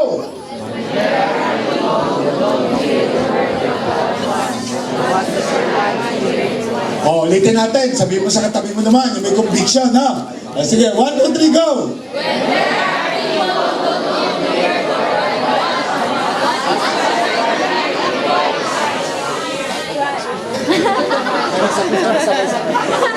Amen? Sino po rito yung may mga cell group na? I want to see your hands. Come on, taas ang kamay. Taas ang kamay. Sige, huwag nyo ibaba. Gusto mo makita yung kamay niyo. Ayun, may mga cell group na. Ang dami pa rin wala. Sabi mo sa katabi mo, ikaw kaya kailan? Kailangan kaya magsi-cell group. Tama? Sino nakaka-memorize ng goal ng church? Ano yung goal natin? Sige nga po, ano yung goal? Dapat alam niyo yung goal. Grabe, 3 taon ka na sa LRC, hindi mo alam yung goal. Ano yung goal natin? For every believer to be? So, lahat kayong believer, we want you to be a leader of leaders. Yan ang goal natin sa inyo. Kasi may vision tayo. Ano yung vision? To be sons and disciples. Alam niyo mga kapatid, yung mga company nyo may vision. Alam ko hindi nyo memorize ko yung vision. Pero dito sa church, memorize nyo naman. Mag-win tayo ng souls at maggagawa tayo ng disciples. Ikaw yon. Ikaw ang mag-win, ikaw ang mag-make disciple. And I just want to tell you everybody, na bago ka makapag-disciple, kailangan ka munang ma-disciple. Before you become a discipler, you will be a disciple first. Kaya yung training, importante for you. Kailan ang graduation natin, mami, ng Soul 3? Oh, January 3, graduation na ng Soul 3. Sabay-sabay tayo, kasama nyo kami. Oh, ngayon, ang gagraduate lang, yung may fruits. Yung walang fruits, sorry. Di ba? So, kung gusto mo sumabay sa graduation, iba mag-bear fruit ka na, ngayon pa lang. Tama? Kasi po, kailangan mag-bear fruit tayo. Ito po yung gusto ni Lord. Sabi ni Lord, sige po, pakibasa nga. It is my Father is glorified, that you bear much fruit, so you will be my disciple. Oh, nakita nyo? Ang Diyos ang nag-glorify kapag nag-bear tayo ng fruits. Tama? Si Lord ang nag-glorify, God the Father. At tatawagin ka ng disciple talaga kapag nakapag-bear fruit ka na. So, yung tinatawag ng goal ng church na for you to be a leader of leaders, mangyayari lang yan kapag ikaw is nakapag-encounter, nakapag-training, nakapag-start na ng sarili mong cell group. Tama? Doon magsisimula, yung nag-bear ka na ng fruit. Yung goal ng church, nangyayari na sa iyo unti-unti. Kapatid, huwag mong pabayaan. Okay? Listen carefully. I want to be clear with this. Huwag yung pabayaan mga kapatid na kayo is not sa church, na hindi kayo nag-grow. Kailangan kayong mag-grow as a Christian. Tandaan nyo palagi, sinabi ko na ito noon, sasabihin ko ulit ngayon, ang music team, ang pagtugtog, ang pagkanta, ang pagkamay, ang anumang ministry na meron sa church, secondary lang yan. Ang talaga sinabi na Lord, bear fruits. Di ba? Ang daming matatagal ng Christian, akala nila, yung ginagawa nilang pagtugtog sa church is okay na sila. Hindi ka pa nagsisilbi nun. Secondary ministry lang yan. Ang first ministry mo mag-burn ng fruits. Meaning, mag-win ka ng soul para kay God. Kasi pag tayo namatay, harap tayo kay Lord. Yun yung mga crowns na ibibigay mo kay God. Lord, ito yung mga crowns na meron ako from you. Tama? Amen. Diba? Sino excited doon? Can you see your hand? Sino excited? Lord, hindi nagtaas. Huwag mo ibigay yung mga gusto nila. Hindi nagtataasan ng mga ako na, diba? Tama? Pasok na, pasok. Nakita niyo mga kapatid? So, ibig sabihin, di ba nakaka-bless mga kapatid yung mga taga-LRC Alain? Nakita yung LRC Alain? Grabe! Nakaka-bless sila. Hindi ko kayo kino-compare sa kanila, pero bless na bless ako sa kanila. Bless din ako sa inyo. Pero nakaka-bless sila roon. Alam niyo kung bakit? Kasi grabe yung init nila roon. Naglalagablog talaga sila. Counting 100 na yung mga yon. Counting 100 na sila. At matutuwa ako kapag nag-200, nag-300 sila roon. Tama? Kasi talaga nakapokus sila roon. Grabe yung apoy, hindi namamatay. So dito huwag pong mamatay ang apoy. Kaya minsan pahinaan ko yung AC, namamatay ang apoy. Doon kasi mahina AC nila, kaya buhay ang apoy. Di ba? Dire-diretso lang tayo mga anak. Huwag po tayong kontento na ikaw is okay na sa ginagawa mo. Level up tayo, 2020 na. It's time for us to shine. Amen? Gawin natin yung what do you want to do and when do you want it to happen. Tinanong po tayo ng ating mga mentor. Bob, ano gusto mong gawin at kailan mo gusto mangyari yan? Grabe, napaisip lang ako ng konti. Sabi ko, Pastor, yung Abu Dhabi, Bishop, 500 by December. Hindi ako natakot na sinabi ko yun. Hindi ako natakot. Hindi ako nag-alala. By December 2020, 500 minimum tayo. Kaya ba natin yun? Kaya natin yun, gagalulan tayo lahat.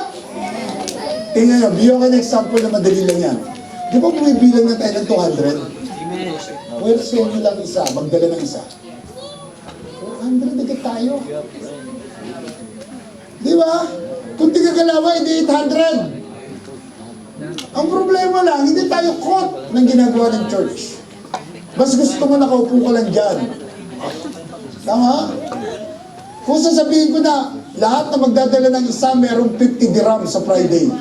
Ako palagay ko, puno tayo rito, apaw. Picturean ko, sabi ko, Bishop, 400 na kami. Tama? Gawin po natin. Kaya natin yan. Alam mo, hindi naman ako after the quantity. Hindi tayo after the quantity rito. Ang sinasabi ko sa inyo, let's push the Greatest Commission. At ang maganda po sa ginagawa natin, may vision tayo. Meron tayong strategy na ginagawa. Meron tayong sistema, kaya po maganda. Tama po ba? Amen po ba? Are you with me? So you cannot be called a real Christian kung hindi ka nag-multiply. Kailangan po mag-multiply tayo. Kailangan po mag-invite tayo. Dahil ang dami pang kaibigan mo na hindi nakakilala kay Lord. Huwag mo silang baliwalain. Please. Pag maraming dahilan, maubusan din yan. Huwag mong tigilan. Tama? Matthew 3:10 tayo. Sige po. And even now, the axe is laid to the root of the trees. Therefore, every tree which does not bear good fruits is cut down and thrown into the fire. Ayan na. Ayan na. Patindi na ng patindi yung nakikita niyo sa screen. And even now, the axe is laid to the root of the trees. Grabe, nakaabang yon sa root, hindi doon sa sanga, sa root talaga. Therefore, every tree which does not bear good fruit is cut down and thrown to the fire. Alam niyo po, itatanong ni Lord sa atin, pagka namatay, ilang kaluluwa ang nadala mo sa paanan ko? Hindi ko ilang music ang natugtog mo. Hindi! Hindi. Ano yun? Wala po sinabing gano'n ng Lord sa Bible. That you play in the music team? Meron pa sinabing gano'n? That you sing in the music team? That you shake the hands of people? Wala sinabing gano'n. Ang sabi niya, bear fruit. Kasi pumahalaga sa kanyang souls. At gagamitin ni Lord ikaw. Hindi yung kasama mo sa bahay, ikaw. Tama? Ako nung Roman Catholic ako, wala ko alam dyan sa mga ganyan. Hindi ko naman alam na kailangan mag-bear fruit. Akala ko lalabas mo lang yung dila mo, tapos peace be with you. Tapos na, pagka-Krisyano, akala ko ganon. Hindi pala ganon. Tama? At ngayong nandito ka na, may relasyon ka na kay Lord, dapat hindi rin ganon. Dapat may nabago na sa'yo. Dapat hindi ka na Zimbabwe. Zimbabwe. Uwi ka lang. Tama? Come on, kaya natin to. Sabi mo sa katabi mo, kaya natin to. Kasi nandiyan si Lord. Tama? Amen po ba? So katabi mo, sabi mo sa katabi mo, tanongin mo lang, are you a fruitful Christian? Tanongin mo. Liars go to church. Amen? Huwag po natin lukuhin ang ating mga sagot. Dahil po totoo sinasabi ko. Ano po sabi sa Tagalog? Ito yung sabi sa Tagalog. Basahin na natin sabay-sabay. 1, 2, 3, go!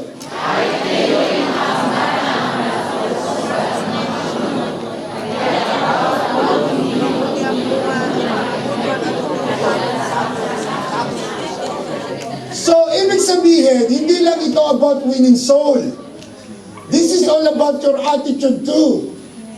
Yung karakter mo sa Christian. Nakikita ba yung buhay mo na Kristiyano ka talaga kapag nasa office?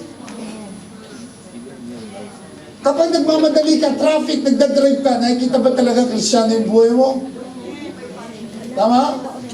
Kapag nasa loob ka ng flat, nakikita ba talaga? Amen po ba? Of course, ang pagbabago hindi one click. Pero habang nagtatagal ka sa church, dapat naman may nababago, kapatid. Tama? Hindi lang winning souls, hindi lang pag-start ng cell group. It's all about our character. Yung born again experience. Tama? Baka dito born again tayo, pagkatapos mamaya, born again na.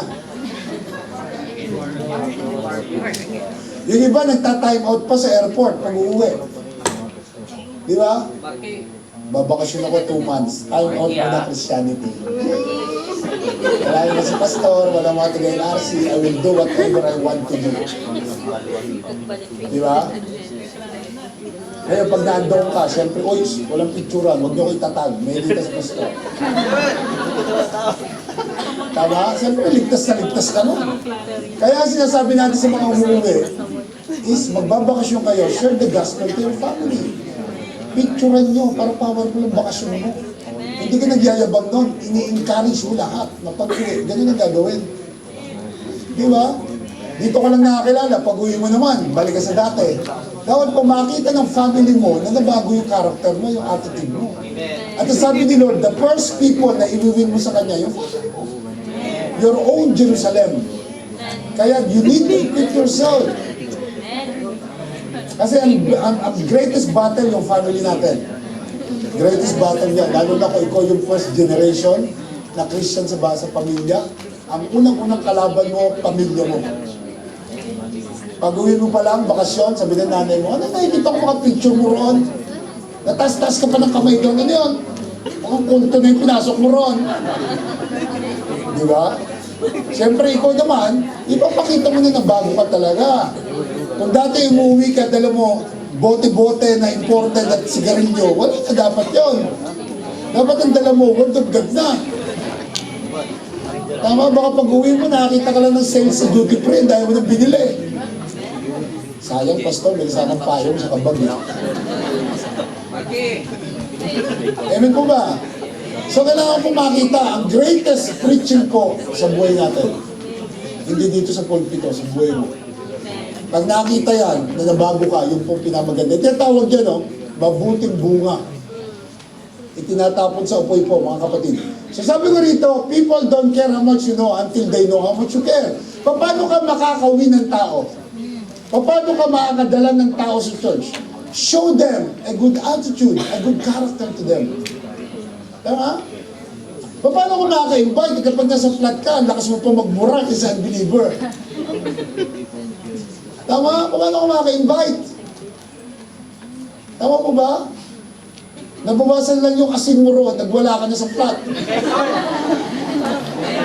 Binawasan lang yung patis mo ng 2 patak, nagwala ka na. Patis mo yan ah!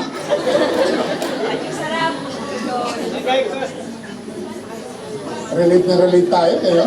Kasi sometimes, masarap magbukas ng kabord na may kabord eh, no? Amen? Amen ba?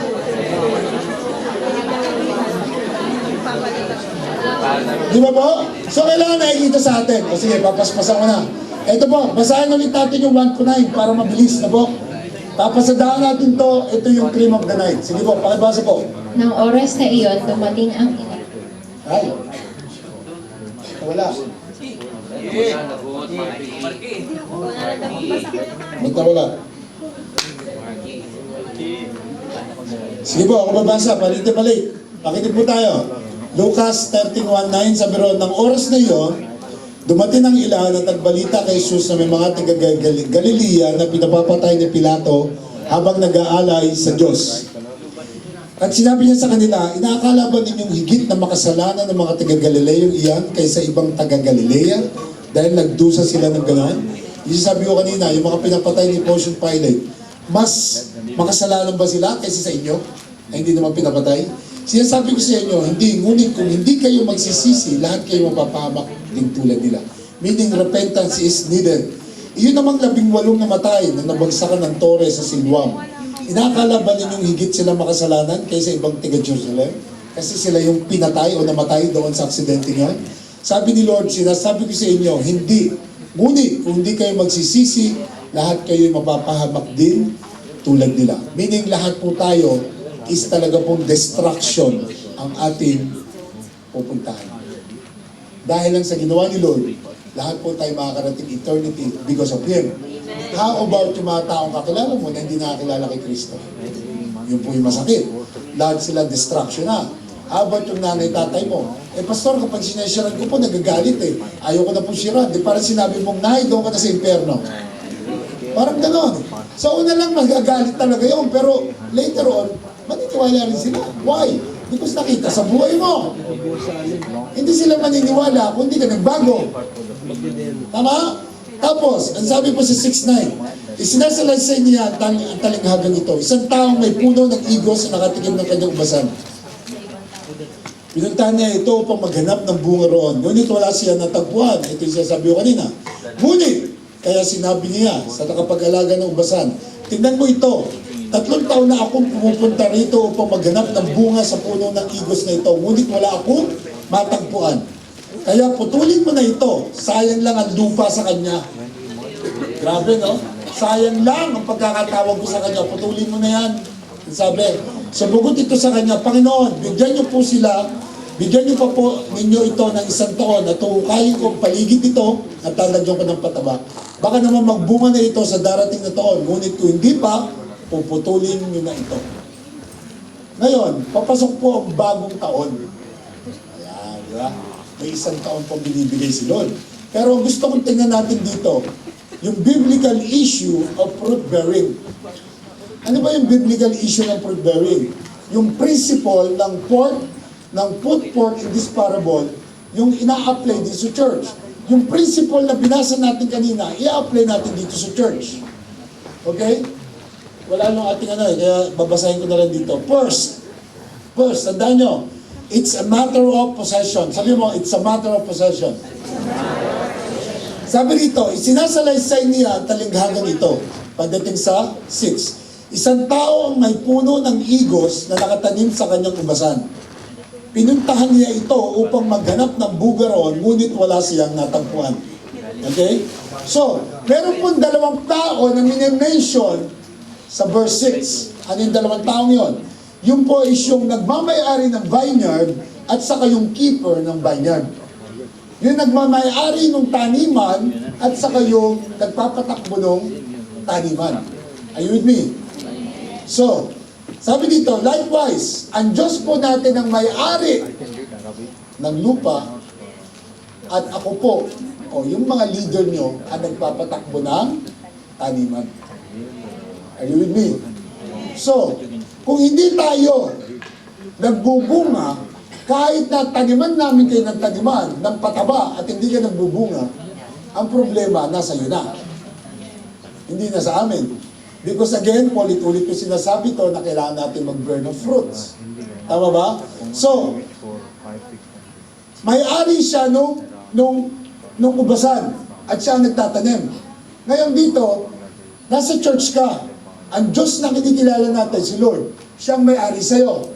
Kahit na makasalanan ka, tinawag ka niya. Kahit hindi tayo worthy, binigyan niya tayo ng pagkakataon na maging worthy. Kahit hindi ka dapat pagpalain, pinagpala ka. Lahat tayo nabe-bless. Lahat tayo nakakaramdam ng pagkakataon na pagpalain ng Diyos. Ibinigay ng Diyos sa iyo kasi mahal ka niya. Most specifically, namatay siya sa cross just for you. To give you an eternal life. Now, ang gusto ni Lord, habang nandito ka sa taniman at tinataniman ka ng pataba, salita ng Diyos, magbunga ka. Ngayon, kung hindi ka magbubunga, tapusin natin itong kwentong to para malaman mo kung ano gagawin sa'yo. Tama? Tapusin natin, tama? Pero na ba? Yun. Sandali, punta tayo doon sa words, sa sinasabi ko.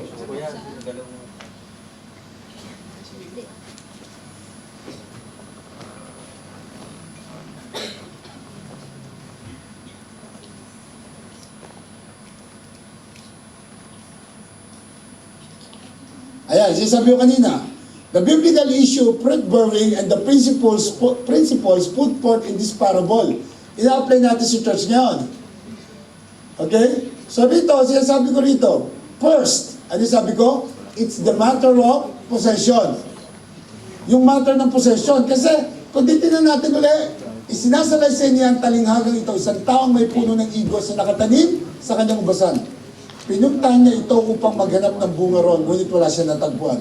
So yung possession, nasaan ka ba? Nasa loob ka na ng church eh. Di ba? Nagpakilala na si Lord sa'yo. Tinawag ka na niya. Alam mo ng katotohanan. Alam mo ng katotohanan. God owns the world, not only the church. At nandito ko sa taniman na to, yung possession. Kaya nga sabi ni Paul, but indeed, oh man, who are you to reply against God? Sabi niya, will the thing formed say to him who formed it, why have you made me like this? Does not the potter have power over the clay from the same lump to make one vessel for honor, another for dishonor? Basahin mo sa Tagalog, kapatid. Pakibasa.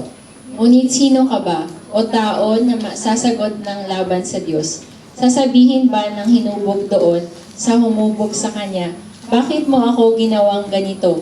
Wala bang karapatan ang magpapalayok na bumuo mula sa isang tumpok ng putik ng isang sisidlan para sa mahalagang gamit at ng isa pang sisidlan para sa pangkaraniwang gamit? Nakita niyo mga kapatid, wala bang karapatan ang magpapalayok na bumuo mula sa isang tumpok ng putik ng isang sisidlan para sa mahalagang gamit? Sabi kanina ni Lord, di ba sa Jeremiah yun? Before you were formed in the womb, God has called you. God has consecrated you already. Meron ng purpose. Ngayon ka nga lang dumating dapat naumpe. Ngayon ka lang nga nakakilala, dapat naumpe. Tama? Nung high school nga, binigyan ka na ng Bible eh. Natanda mo? Natanda niyo? Sino nakatanggap ng Bible nung high school? Oh, binasa niyo ba? Oh, hindi. Yun naman hindi. Kasi noong pa talaga, may plano na si Lord sa'yo. Ako nga, pinambalot ko ng marijuana yun eh. Marami nang nakarinig sa inyo yan. Totoo po yan. Kaya nga po na nagbakasyon ako noon, sabi ko doon sa classmate ko, di ba ikaw yung nagsabi pa sa akin, ipambalot yan? Nadamay lang ako sa iyo eh. Sinabi ko talaga sa kanya, di ba, naalala mo, tatawa-tawa siya sa akin eh. Kasi nagpunta siya ng birthday ko, nag-share ako ng gospel, nandun siya, pinaalala ko sa kanya. Ikaw nga, nag-offer sa akin yan, na balutin natin marijuana sa Bible. Di ba? So, noong pa, may plano ng Diyos sa'yo. God already ordained you, God already chosen you. May plano talaga. Ngayon ang tanong, wala bang karapatan mong papalayo? Na bumuo mula sa isang tumpok ng putik sa isang sisidlang para mahalagang gamit? He created you for a purpose. Isa kang sisidlan, empty na sisidlan. Naalala niyo yung ano? Yung sinare ko sa inyo about the widow na pinaghanap ni ng prophet Elijah ng empty na sisidlan.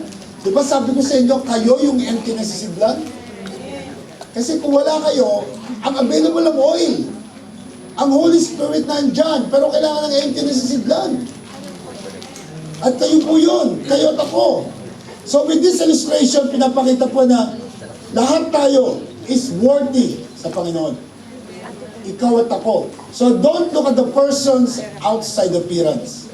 Kasi po ang tao, ang Diyos, hindi titingnan sa outside appearance. Hindi siya titingnan sa academic background mo. Hindi niya titingnan kung high school graduate ka lang. Hindi niya titingnan kahit elementary graduate ka lang. Ang tingin ng Diyos sa iyo, iba. He created you according to His image. Remember? Tama? May purpose po. Ang problema lang, yung potential mo hindi nadidig. Kasi you are not interested. Kung interested ka lang, makikita mo yung sarili mo one day. Ulitin ko ulit, yung testimony ni Dayan kanina. Dati, palagpas-lagpasan lang kami niya sa flat, magkatabi lang kami niya. Nasaan siya? Ayan, no? Katabi lang ng flat namin yan. 703 kami, 704 siya. Dati, lagpas-lagpasan lang kami niyan. Pero ngayon, nag-decide siya. Why? Because naka-encounter siya eh. Nakita niya yung purpose niya eh. Kaya kung nakapag-encounter ka na, abay, tingnan mo rin yung purpose ni Lord sa'yo. Baka namimiss mo yun. Nung paglabas mo na encounter, excited ka. 2 Samuel, warning. Ang daming lumabas sa encounter na nawala. Huwag ka nang pumila sa mga nawala. Tama? Dire-diretso tayo mga anak. Because sayang. Sayang plano ng Diyos. Kaya po sabi sa 1 Corinthians, pakibasa nga na. Or do you not know that your body is the temple of the Holy Spirit, who is in you, whom you have from God, and you are not your own? For you were bought at a price. Glorify God in your body and in your spirit, which are God's. Sabi ng iba, pwede kong gawin ang gusto ko. Dahil katawan ko to. No. You are bought for a price. Your body is the temple of the Holy Spirit. Sa encounter natin, pinakilala ko sa inyo kung sino yung Holy Spirit na yan. Praise God, tama? Lahat kayo nag-encounter na. Kilala nyo kung sino siya. Hindi siya bagay. Sino siya. Hindi ano siya. Kaya kung yung body mo, temple ng Holy Spirit, meron kang power within Him. Kaya sabi ni Lord, it is better for you that I will go. So na yung Holy Spirit na sa'yo. Ang problema, binuburo mo eh. Alam mo yung burong mangga? Di ba nilalagay sa bote yon? Tapos tinatakpan? Ganoon ang ginagawa mo sa Holy Spirit. Nasa iyo yun. Pero hindi mo ginagamit. Naka-stuck dyan sa loob. Tama? When you accepted the Lord Jesus Christ, your body become the temple of the Holy Spirit. You don't know that there is power in you. Ang problema lang, hindi mo nare-recognize, kapatid. Kaya dalag-dala ka sa mga problema ng mundong to eh. Dapat hindi ka na nadadala because Holy Spirit is there with you. Kapag Kristiyano ka na, ang problema, vitamins. Tandaan nyo, kapag may relasyon ka na kay God, ang problema dumarating sa buhay mo, vitamins. To make you strong. Hindi para bumagsak ka. Tandaan nyo po palagi. Are you listening? Amen. Huwag mo sabihin na binabaksak ka ng problema. Vitamins yan. According to your faith, let it be. Tama? Tuloy pa na ng palataya mo. Pag magka-born again po tayo, we no longer own our own bodies. Amen. Belongs to God na yan. Kaya sabi, for you were bought at a price, therefore glorify God in your body. Namatay si Kristo sa'yo, binili ka ng dugo niya na holy. Kaya nga pa nagpe-pray tayo, Lord, cover myself. I cover myself with your precious blood. I cover my son, I cover my daughter, I cover my mother, right? I cover my car with the precious blood of Jesus. Covered ka na, redeemed ka na eh. Kung gagalaw ka lang, kaya-kaya mo eh. Ang problema lang, hindi mo iniintindi na may nagpopasa sa'yo na someone na very powerful. So, it's a matter of possession. Now, let's proceed. Second one, it's a matter of location. Kanina possession, ngayon location. Sabi po ng 13:6, pakibasa. He also spoke this parable. A certain man had a fig tree planted in his vineyard, and he came seeking fruit on it and found none. Planted in his vineyard. This is the vineyard of God. Ito yung ubasan ng Panginoon. Nasa loob ka ng ubasan. Pag hindi ka pa lumago, ikaw na may problema yan. Tama? Favor the Lord na nandito tayo ngayon. Nakilala natin siya. Na nababasa natin nangyari sa Kanya. Na meron ka ng relasyon sa Diyos ng mga Diyos at Hari ng mga Hari. Tawag niya sa'yo, anak. You are my son. You are my daughter. Tama? So it's a matter of location. Nandito ka sa tamang location. Kapatid, wala ka sa maling location. Nandito ka sa tamang location. Number 3, we look at the third one. Ano yung number 3? It's a matter of expectation. Ayan. Ito matindi to. Ano yung expectation ni Lord sa'yo? Ayan, tandaan nyo ha, may expectation si Lord. Ano yung sabi niya? He also spoke this parable. A certain man had a fig tree planted in his vineyard, and he came seeking fruit on it and found none. Yun. Nandito ka, possess ka ng Holy Spirit is within you. Then, nandito ka sa tamang taniman, nasa vineyard ka. Ngayon si Lord maghahanap ng fruto sa'yo. He came seeking fruit. Tama? Naandyan ka na, ang tagal mo nang tinawag dyan. Ilang taong ka ng Christian, grabe. Tama? Siguro sabi niya sa ako, bago pa lang. Tandaan nyo, yung Samaritan woman, first timer, ulitin ko ulit sa iyo. First timer yon, but she brought yung buong baryo kay Jesus. Tama? Paano niyo ginawa? Testimony lang. Alam ba yung testimony mo, very powerful yan na maririnig ng mga kaibigan mo? Testimony mo lang. Hindi mo kailangan i-memorize ang Biblia. Mag-testify ka lang. Tama po ba? So he came seeking fruit. Alam niyo po ba, the nation of Israel was very religious? Yung Israel, sa sobrang religyoso nila, they have lots of leaves, pero wala silang fruits. Tama? Yung Israel. So I have a question. Alam niyo po ba yung difference between leaves and fruits? Alam niyo yung difference yan? Tama? Alam niyo yung leaves? I don't care kung gaano kaganda ang bahay mo. Pero kung walang cell group dyan, useless yan. I don't care kung gaano kaganda at kalaki sa sasakyan mo. Pero kung di mo pinagagamit sa Panginoon yan, useless yan. Tama? I don't care kung gaano katalino. Pero kung di mo na i-share yung kabutihan ng Panginoon, useless yan. Ito pa, I don't care kung gaano kaganda bahay mo. Para lang nakatanim sa sementeryo yan. Nakaturok sa sementeryo kung hindi ginagamit sa gawain ng Panginoon. Tama? Ang ganda ng flat mo, ang ganda ng room mo. Paggamit mo kay Lord yan. And I really don't care kung nagde-devotion ka man, kung nagbabasa ka ng Biblia araw-araw. Pero nakaupo lang dyan sa utak mo, useless yan. Dapat yan, ginagamit mo to share the gospel to others. Yan po yung leaves. Yan yung dahon. Tama? Ngayon, tinatanong ni Lord sa'yo, meron ka bang fruits? Panay dahon ka lang, wala kang bunga. Hello, are you with me? Tama mo ba? Ikaw ba isang Kristiyanong ginagamit ng Lord at nagpapagamit ka kay Lord for His glory? Di ba? Alam niyo po, napakasarap magtrabaho at kumita ng pera, tama?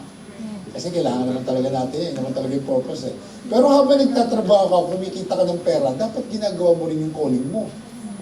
Kasi po, lahat ng pinaghirapan mo, hindi mo naman madadala yan. Ang kailangan mo, yung performance mo, kung paano ka nagsusunod kay God. Kasi God, gano'n kalaki ang bahay mo, kapatid. Alam niyo ba yung presidente ng UAE, naalala ko nung namatay yan? Nung namatay si Sheikh Zayed, pinakita si Gary, tinakpan lang ng puti yung kumot. Na si Gary yun, tinakpan lang, binalot lang ng puting kumot. Yung presidente nito, ng UAE, namatay. Hindi ba alam kung gano'ng karaming milyones ng dolyar yun meron sa bangko? Hindi ba alam kung gano'ng kalaking property nun sa UAE? Hindi ba alam kung gano'ng kalaking mansion nun? Nadala niya ba? Wala. Wala siya nadala. And according to the Word of God, kung di nakilala sa Kristo as His God and Savior, impyerno siya. Yun ang nakakatakot. So habang nagpapayaman ka, huwag mo kalimutan si Lord. May oras ka dapat kay Lord. Hindi pa rin payaman ka lang ng payaman. Wala pong masama magpayaman. Walang masama roon. Pero bigyan mo ng time ang pagkakilala ni Lord sa'yo. Ang pagkakatawag niya sa'yo. Tama ba? Huwag niyo pong kalilimutan because wala kang madadala pag ikay nawala sa mundo. So it is the matter of expectation because God is expecting something from you. Next, to the owners, dissatisfaction. Ano sabi diyan? Look, for 3 years, I have come seeking fruit on this fig tree and find none. Ano sabi sa Tagalog? Tingnan mo ito, 3 taon na ako pupunta rito upang magganap ng bunga sa punong ibis ito. Ngunit wala akong matagpuan. Alam niyo mga kapatid, iba sa inyo, 3 years, 4 years, 5 years na. Hanggang ngayon wala pa rin bunga. Hindi kita pinatatamaan, pero ikaw tinutumbong ko, sino ko man.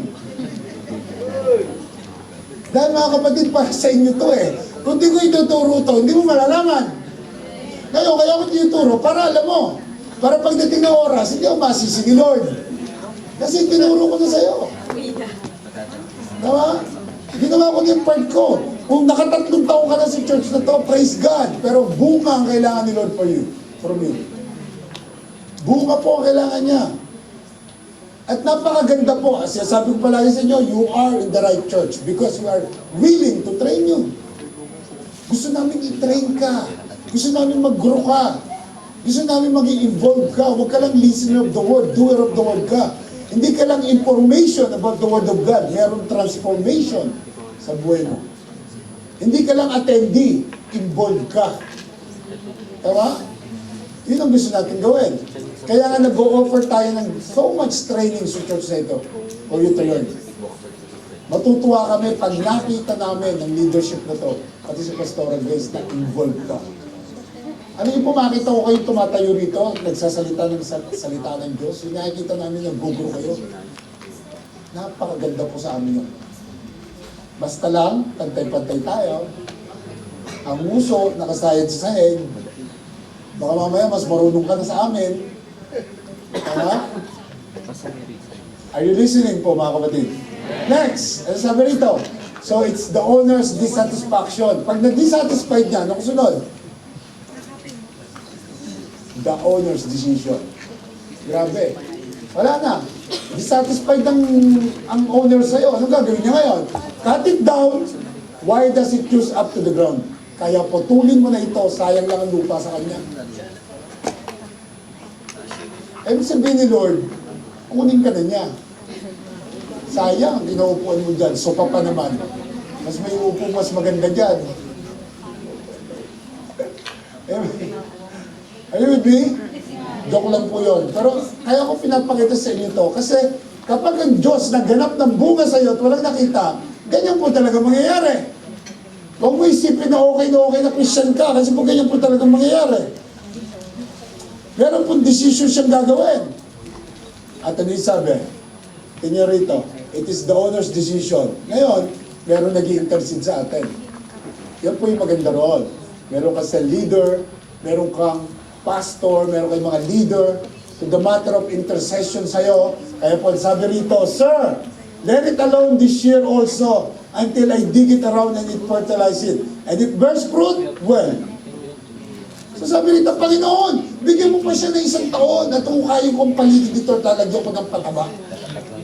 Isi-celebrate ko to araw-araw, Panginoon, please, magbubunga rin to, kapag alala. Magbubunga rin to, Lord, bigyan pa ng 1 year. Huwag mo muna putulin. Tama? Tama-tama, oh, mag-o-open ng 2020. Kailangan bago mag-December 2020, mabunga ka na.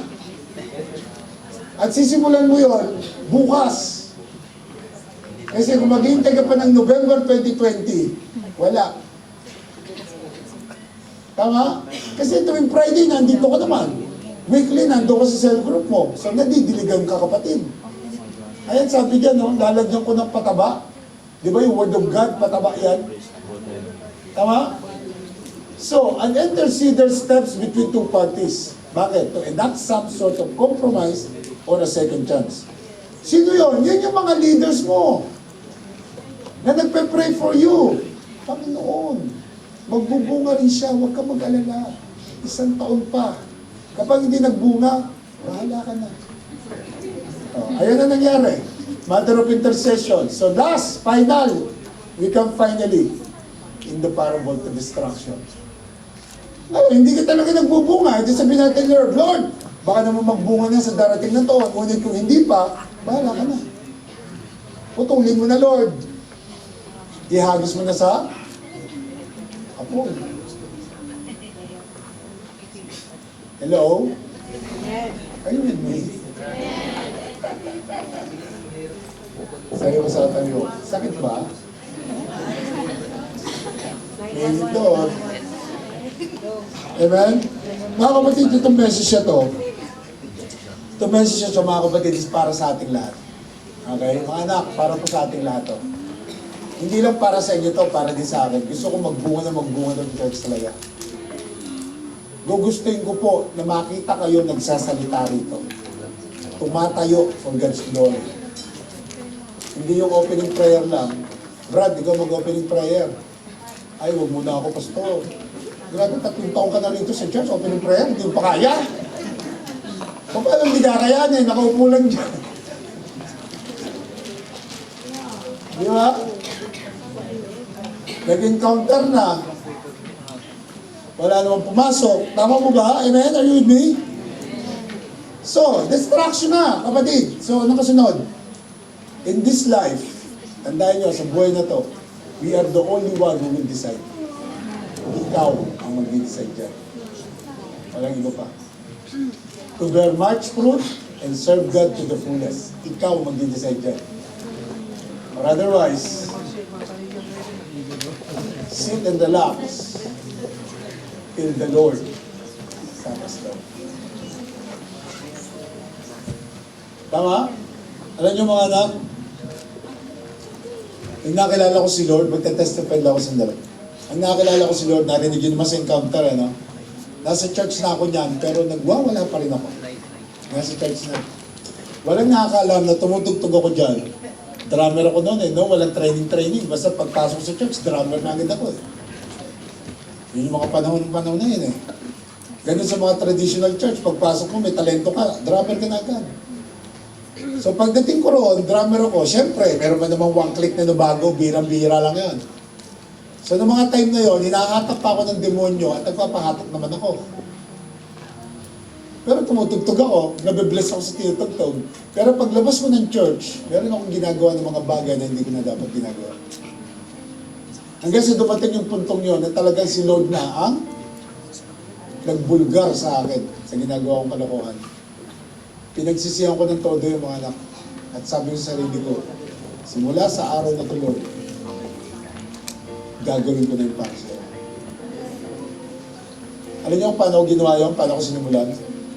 Tumayo ako rito sa harap. Nangako ko sa buong church. Pero before noon, meron po akong almost a year na naandyan doon sa likod. Walang kumakausap sa akin. Kailangan ko umatid ng practice ng music team. Nandun ako sa practice. Nakaupo ako ron. Walang kumakausap sa akin. Tiniis ko lahat yon. After 8 months yata, mami, 8 months, no? Binalik ako sa ministry 8 months. Kasi pumasa ako sa lahat ng ginawa nila. At taka mo 8 months, tuwing weekly nasa practice ka, nasa church ka every Friday, walang kumakausap sa'yo. Dati lagi ako nasa unahan, nasa likod ako, walang, Brad, kumusta na? Wala. Yung pala talagang kinausap ang buong church na wag niyong kakausapin si Brother Bobby. Pabayaan nyo lang siya nandyan, ignorin nyo.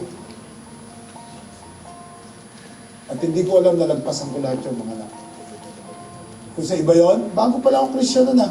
Ba't hindi ako nakapatawaran? Nag-usap ako sa pastora, umalis tayo rito, lipat tayo sa kabila. Kasi mas gusto ko magbago ng church kaysa magbago ng buhay, tama? Marami pong ganon. So sabi ko sa sarili ko, dito ako itinanim, dito ako magbubunga. Ito yung una kong church, ito yung last kong church.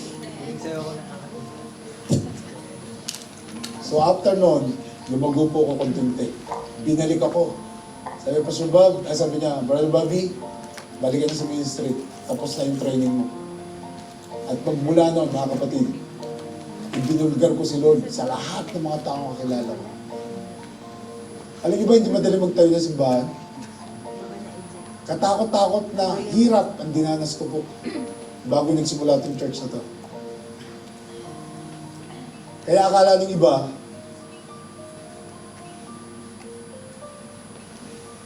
wala namang pinagpagulinan dyan eh. Kakalabanin ka, di ba? Akala nila yung dinala ka rito, may church na. Ikaw lang nag-maintain. Hindi nila na-realize na sarad, walang Abu Dhabi before, walang church ng Abu Dhabi. Meaning tayo, wala. Unti-unti yan, tinarbaho ko talaga dahil nangako ko kay God na Lord, kailangan ko magbunga. Dahil nabasa ko itong mga verses na to. Actually, tinuro ko na to eh. Sino nakakalam sa inyo? 2012, din tinuro ko yan. Siyempre, wala pa kayo nun. Nire-remind ko lang kay lahat mga anak, kailangan magbunga tayo. Kaya sabi ko sa inyo, sa bilang natin ngayon, mag-dessert ka lang ng isa sa Friday, grabe, 400 tayo bigla. Isa lang, bawat isa lang ang dadalhin mo. At yung isang yon, pagyayamanin natin. Di ba? Kasi yung problema, hindi mo tinatry, wala talaga sa puso mo. Tandaan niyo po, may judgment day. Tinuro ko na sa inyo yan. We will be judged not according to our sin, but what you have done in your calling. Huwag niyo po sayangin yung pagkakatawag ni Lord. Kasi na-realize ko noon, napaka-religyoso kong tao talaga dati. Ayan, alam niyo po sa Iglesia. Nandun kami sa Roman Catholic Church, iwanan ko siya roon, nagyoyosi ako sa labas. Pero pagpatay ko ng sigarilyo, pasok ko sa loob, nakayuko ko, nakaluhod ako, nagpe-pray ako.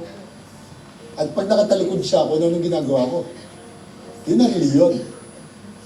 Ngayon, nung nakilala ko si Jesus, nakipagrelasyon ako, ngayon pa ba ako mananatili na gano'n? Stagnant? Babaguhin ko na yung buhay ko. Aayusin ko na. Gagalaw ako for His glory. So whatever happens, gagalaw ako for His glory. Hindi po madali. Hindi madali. Marami kang pagdadaanan ng pagsubok. Pero the more na nalalagpasan mo yun, kaya sabi ko, vitamins, the more nalalakas ka. Huwag po kayo magpadala sa pagsubok ng buhay. Kung alam mo kung paano mo kilala si Lord, kung alam mo kung paano ko nagsisilbi, hindi ka dapat matakot. Dahil God's promises is true. Hindi mawawala ang promises ng Diyos. Amen. Kaya na sabi ko sa inyo, last na to, hindi ka nandito dahil may hinintay ka pagpapala. Nandito ka kasi mahal mo ang Diyos. Doon magsisimula ang pagbabago kapag pinakita mong mahal mo siya. Kapag naramdaman mong mahal mo siya. Ginagawa mo kasi mahal mo siya. Hindi ka mapapagod noon. Kahit na anong pagsubok at tumama sa'yo, kasi mahal mo siya, alam mong mahal ka niya, walang doubt yun. Eh, mahal mo siya. Anong problema yan? Gagawin ko yan for you, God, because I love you. Tama? Amen? Mga anak, dalhin nyo yung mensahe ni Lord ngayon.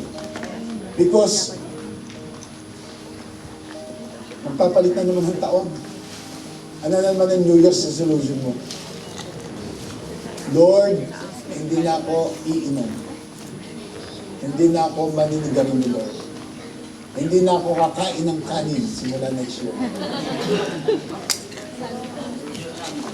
Hindi ba pwedeng, Lord, simula sa 2020, I promise you, magmumultiply ako. I will be a follower of multitude one day. Tama? Di ba ang sarap nung magpapatawag ka ng cell group mo? Grabe, ang dami nila, no? Ikaw pa lang yun, hindi pa church yun, ikaw pa lang. Ikaw ang naglilid doon. Alam ko na-experience yung iba sa inyo yan, kasi iba sa inyo marami ng cells na group. Alam mo yung pagharap mo, oh, may cell group tayo, kailan? Bukas, may kita mo doon lahat sila. Di ba? Pero alam ko masakit yung mawak na cell group, tama? Tama? Feel ko yan. Cell group pa lang yan. How about church? Hindi po talaga madali. Pero pag nalagpasan mo lahat yan, yung crown mo nandun lahat sa taas. Nandun lahat. Alam ni Lord ang pinagdadaanan mo. Alam niya lahat yung iniiyak mo, kapatid. Alam niya lahat yung sama ng loob na meron ka dahil sa pagsisilbi sa Kanya. Wala pa nga sa atin dito pinakrucify, yung suffering talaga eh. Sa ibang bansa, sinusunog yung mga Christian doon. Sinusunog sila. Pag Krisyano ka, buhay. Tatali ka sa puno. Dito, wala pa. Very, very blessed tayo dito. Before we close, alam niyo ba may plano ko dati noon, hindi ko tinuloy. Kasi nagdalawa isip ako. Nung nandito tayo sa Caladia ba yun? O sa Caladia Mall, nandun tayo. Sisinghan din yun eh. Marami kasi mga barkadang lokal. Lalaking tao nun eh. Sa school ba? Sa Zion. Nagpapalitan kami ng sharing nun eh. About Quran and about Bible. Ginagawa ko yun because kaibigan ko sila. Pero siyempre, kung di mo kayo kaibigan, kung gagawin yun. Kasi bawal yun. Bakit patambot ka, no? Kaibigan ko sila. So sabi ko sa nila one day, magpipreach ako about commitment. Then, puntahan niyo kami sa church. Labas kayo dyan, tanong niyo kung sino leader dito, sino mga Christian dito. Eh, tatlo yun, lalaki nun eh. Tapos, huhulihin niyo lahat, sila, kasi mga Christian sila, including me. Sabihin niyo mga CID kayo, payag sila. Pumayag po sila. Actually, isa raw CID talaga. Sa pulisya yung tatrabaho. Sige, when do you want it? Sabi ko, I will tell you, ha? Sabi ko, maybe give me 3 weeks. I will prepare a very good message about commitment. What is commitment? Sabi niya. So pinaliwanag ko. Ano ba kayo nagtuturo ako dito bago bigla may lalabas sa tatlo dyan? Hello, what is this? This is a church? Who is the pastor? Me. How about you? How are you? Are you a Christian?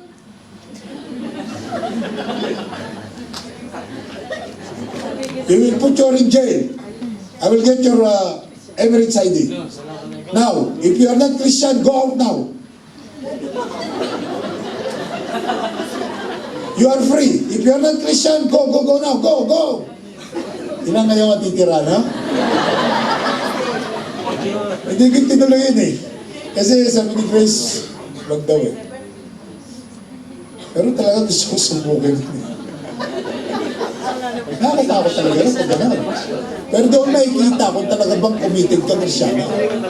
O kunyari ka lang. Ano na sila eh, agree na eh. Nakakatakot pa na itsura ng isa ro, parang umboy. Alam mo yung lokal na maitin bago ang laki ng katawan, nag-jib yun eh.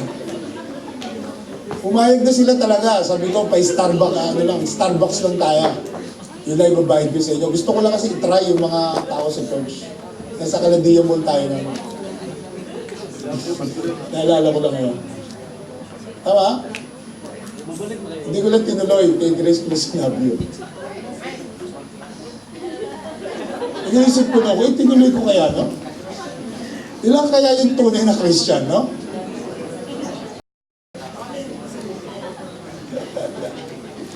Anyway, can I call the music team? Mga anak, itong lugar natin na ito, kung titingnan nyo, favor to ni God sa atin. At alam niyo ba, pag-iisipin ko palagi yung favor ni God. Sa halip na wala tayong pwesto, pero binigyan niya tayo ng pwesto. Maniniwala ba kayo kung sasabihin ko sa inyo na nang dumating ako rito ng araw na yon, na sinabi kong babalik tayo dito. Alam mo ba na napakarami nakapila rito? Kasi sabi nga ni Mr. Rosay, yung manager, ano nangyari? Mr. Bobby, bakit napakaraming tumatawag sa akin about a hall? Yung empty hall, kung meron daw. Bakit ang dami? Sabi ko, hindi ko alam. Eh, ba't ka bumabalik dito? Kasi under construction yung lugar namin dati. Ilan sinabi ko? Hindi ko sinabi yung problema. O tapos sabi ko, meron pa ba kaming place? Eh sabi ko, kilala naman kita, sige, bego na sa Cinema 8. Pero sila nakapila pa. Kung di tayo kilala, at di tayo galing dito, wala naman tayong ginawang masama rito, hindi tayo makakabalik. So nakikita niyo ba yung favor ni God? Nakikita niyo yung favors? Alam mo na napakaraming church sarado ngayon? Ngayon, yung iba na nandito, kung hindi man sila qualified, hindi pa sila nahuhuli. Hindi pa sila alam. Kaya tayo nauna, kasi nga, bulgar tayo. Kumukuha tayo ng permit sa tourism. Kaya alam nila na may church doon. Kaya inuna tayo. Ngayon, yung mga nandiyan sa paligid, nasa mga villa, sa restaurant, at yung ibang naandito, kapag nagkahigpitan, pagdating ng January, sarado lahat yan. Or else, 20,000 fine. Tayo, matanong man tayo, yung papel natin, ipapasok na natin doon sa CDA. Ipapakita lang natin na nag-apply na kami, inaayos na namin yung papel, hinihintay namin yung approval. So, by having those, kaya ko sinasabi sa inyo, hindi ba nakaka-bless yung plano ng Diyos sa atin? Di ba? Hindi ba nakaka-bless? Sobrang blessed na blessed tayo sa provision ng Diyos. Kaya ini-encourage ko kayo, gawin natin yung para sa Kanya. Tama? Gawin po natin para sa Kanya. Amen po ba? Are you with me? Tayo nga po tayo. Tayo tayo.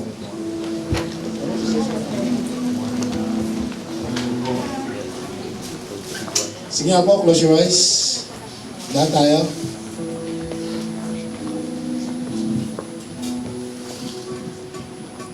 Yes. Father in heaven, again, we want to thank you for your reminder to us, Lord God. We want to thank you, Lord, for your word that you have given us.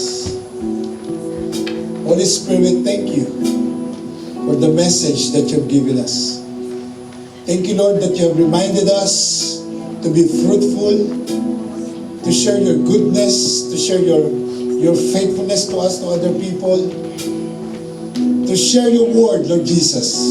In other words, to share you to other people. For everyone to know that you are the way to heaven. Lord Jesus, we want to thank you because alam namin, Panginoon, na napakalaki ng plano niyo sa amin, Lord God. At binibigyan niyo kami ng pagkakataon na gamitin for your glory. Lord, yung church na to, tinataas namin sa inyo. Ang simbahan ng LRC at lahat ng branches namin, tinataas namin sa inyo. At marami pang simbahan, Panginoon. Ang lahat ng simbahan na nandito sa UAE, Lord God, lalo-lalo na dito sa part ng UAE, Lord. Panginoon, bigyan niyo kami ng proteksyon, bigyan niyo kami ng provision for us to continue to share salvation to other people. At Lord, wala kayong ibang gagamitin kundi kami na nakakilala na sa inyo. Kaya po ang bawat tao na nandito sa loob ng hall na to, Panginoon, lahat ng mga tao na nakarinig ng mensahe niyo tonight, Panginoon, sa paglabas nila ng lugar na ito, hindi nila makalimutan yung mensahe ito. Na sa pagpasok ng bagong taon, sa pagpasok po ng 2020, Lord God, is magawa namin yung part namin for your kingdom's sake. In the name of Jesus, I pray, Lord, that everyone will grow, everyone will be fruitful, that everyone will share your goodness, your salvation to other people. Lord God, gamitin niyo kami, Lord. Ilayo niyo kami, Panginoon, sa anumang gawa ng kalaban para may stagnant ang aming ang plano niyo sa buhay namin, Lord God. Instead, I pray, Panginoon, na patuloy kami lumago. Patuloy niyo kaming dalhin sa mga taong nais yung aming puntahan. Patuloy niyo kaming dalhin sa mga lugar na nais yung aming pasyalan, Panginoon, upang i-share ang salita sa mga taong di pa nakakilala sa inyo. Lord, tinatas ko po ang simbahang LRC sa inyo. Let your will be done, and not our will. Let your will be done, Lord. In Jesus' name I pray.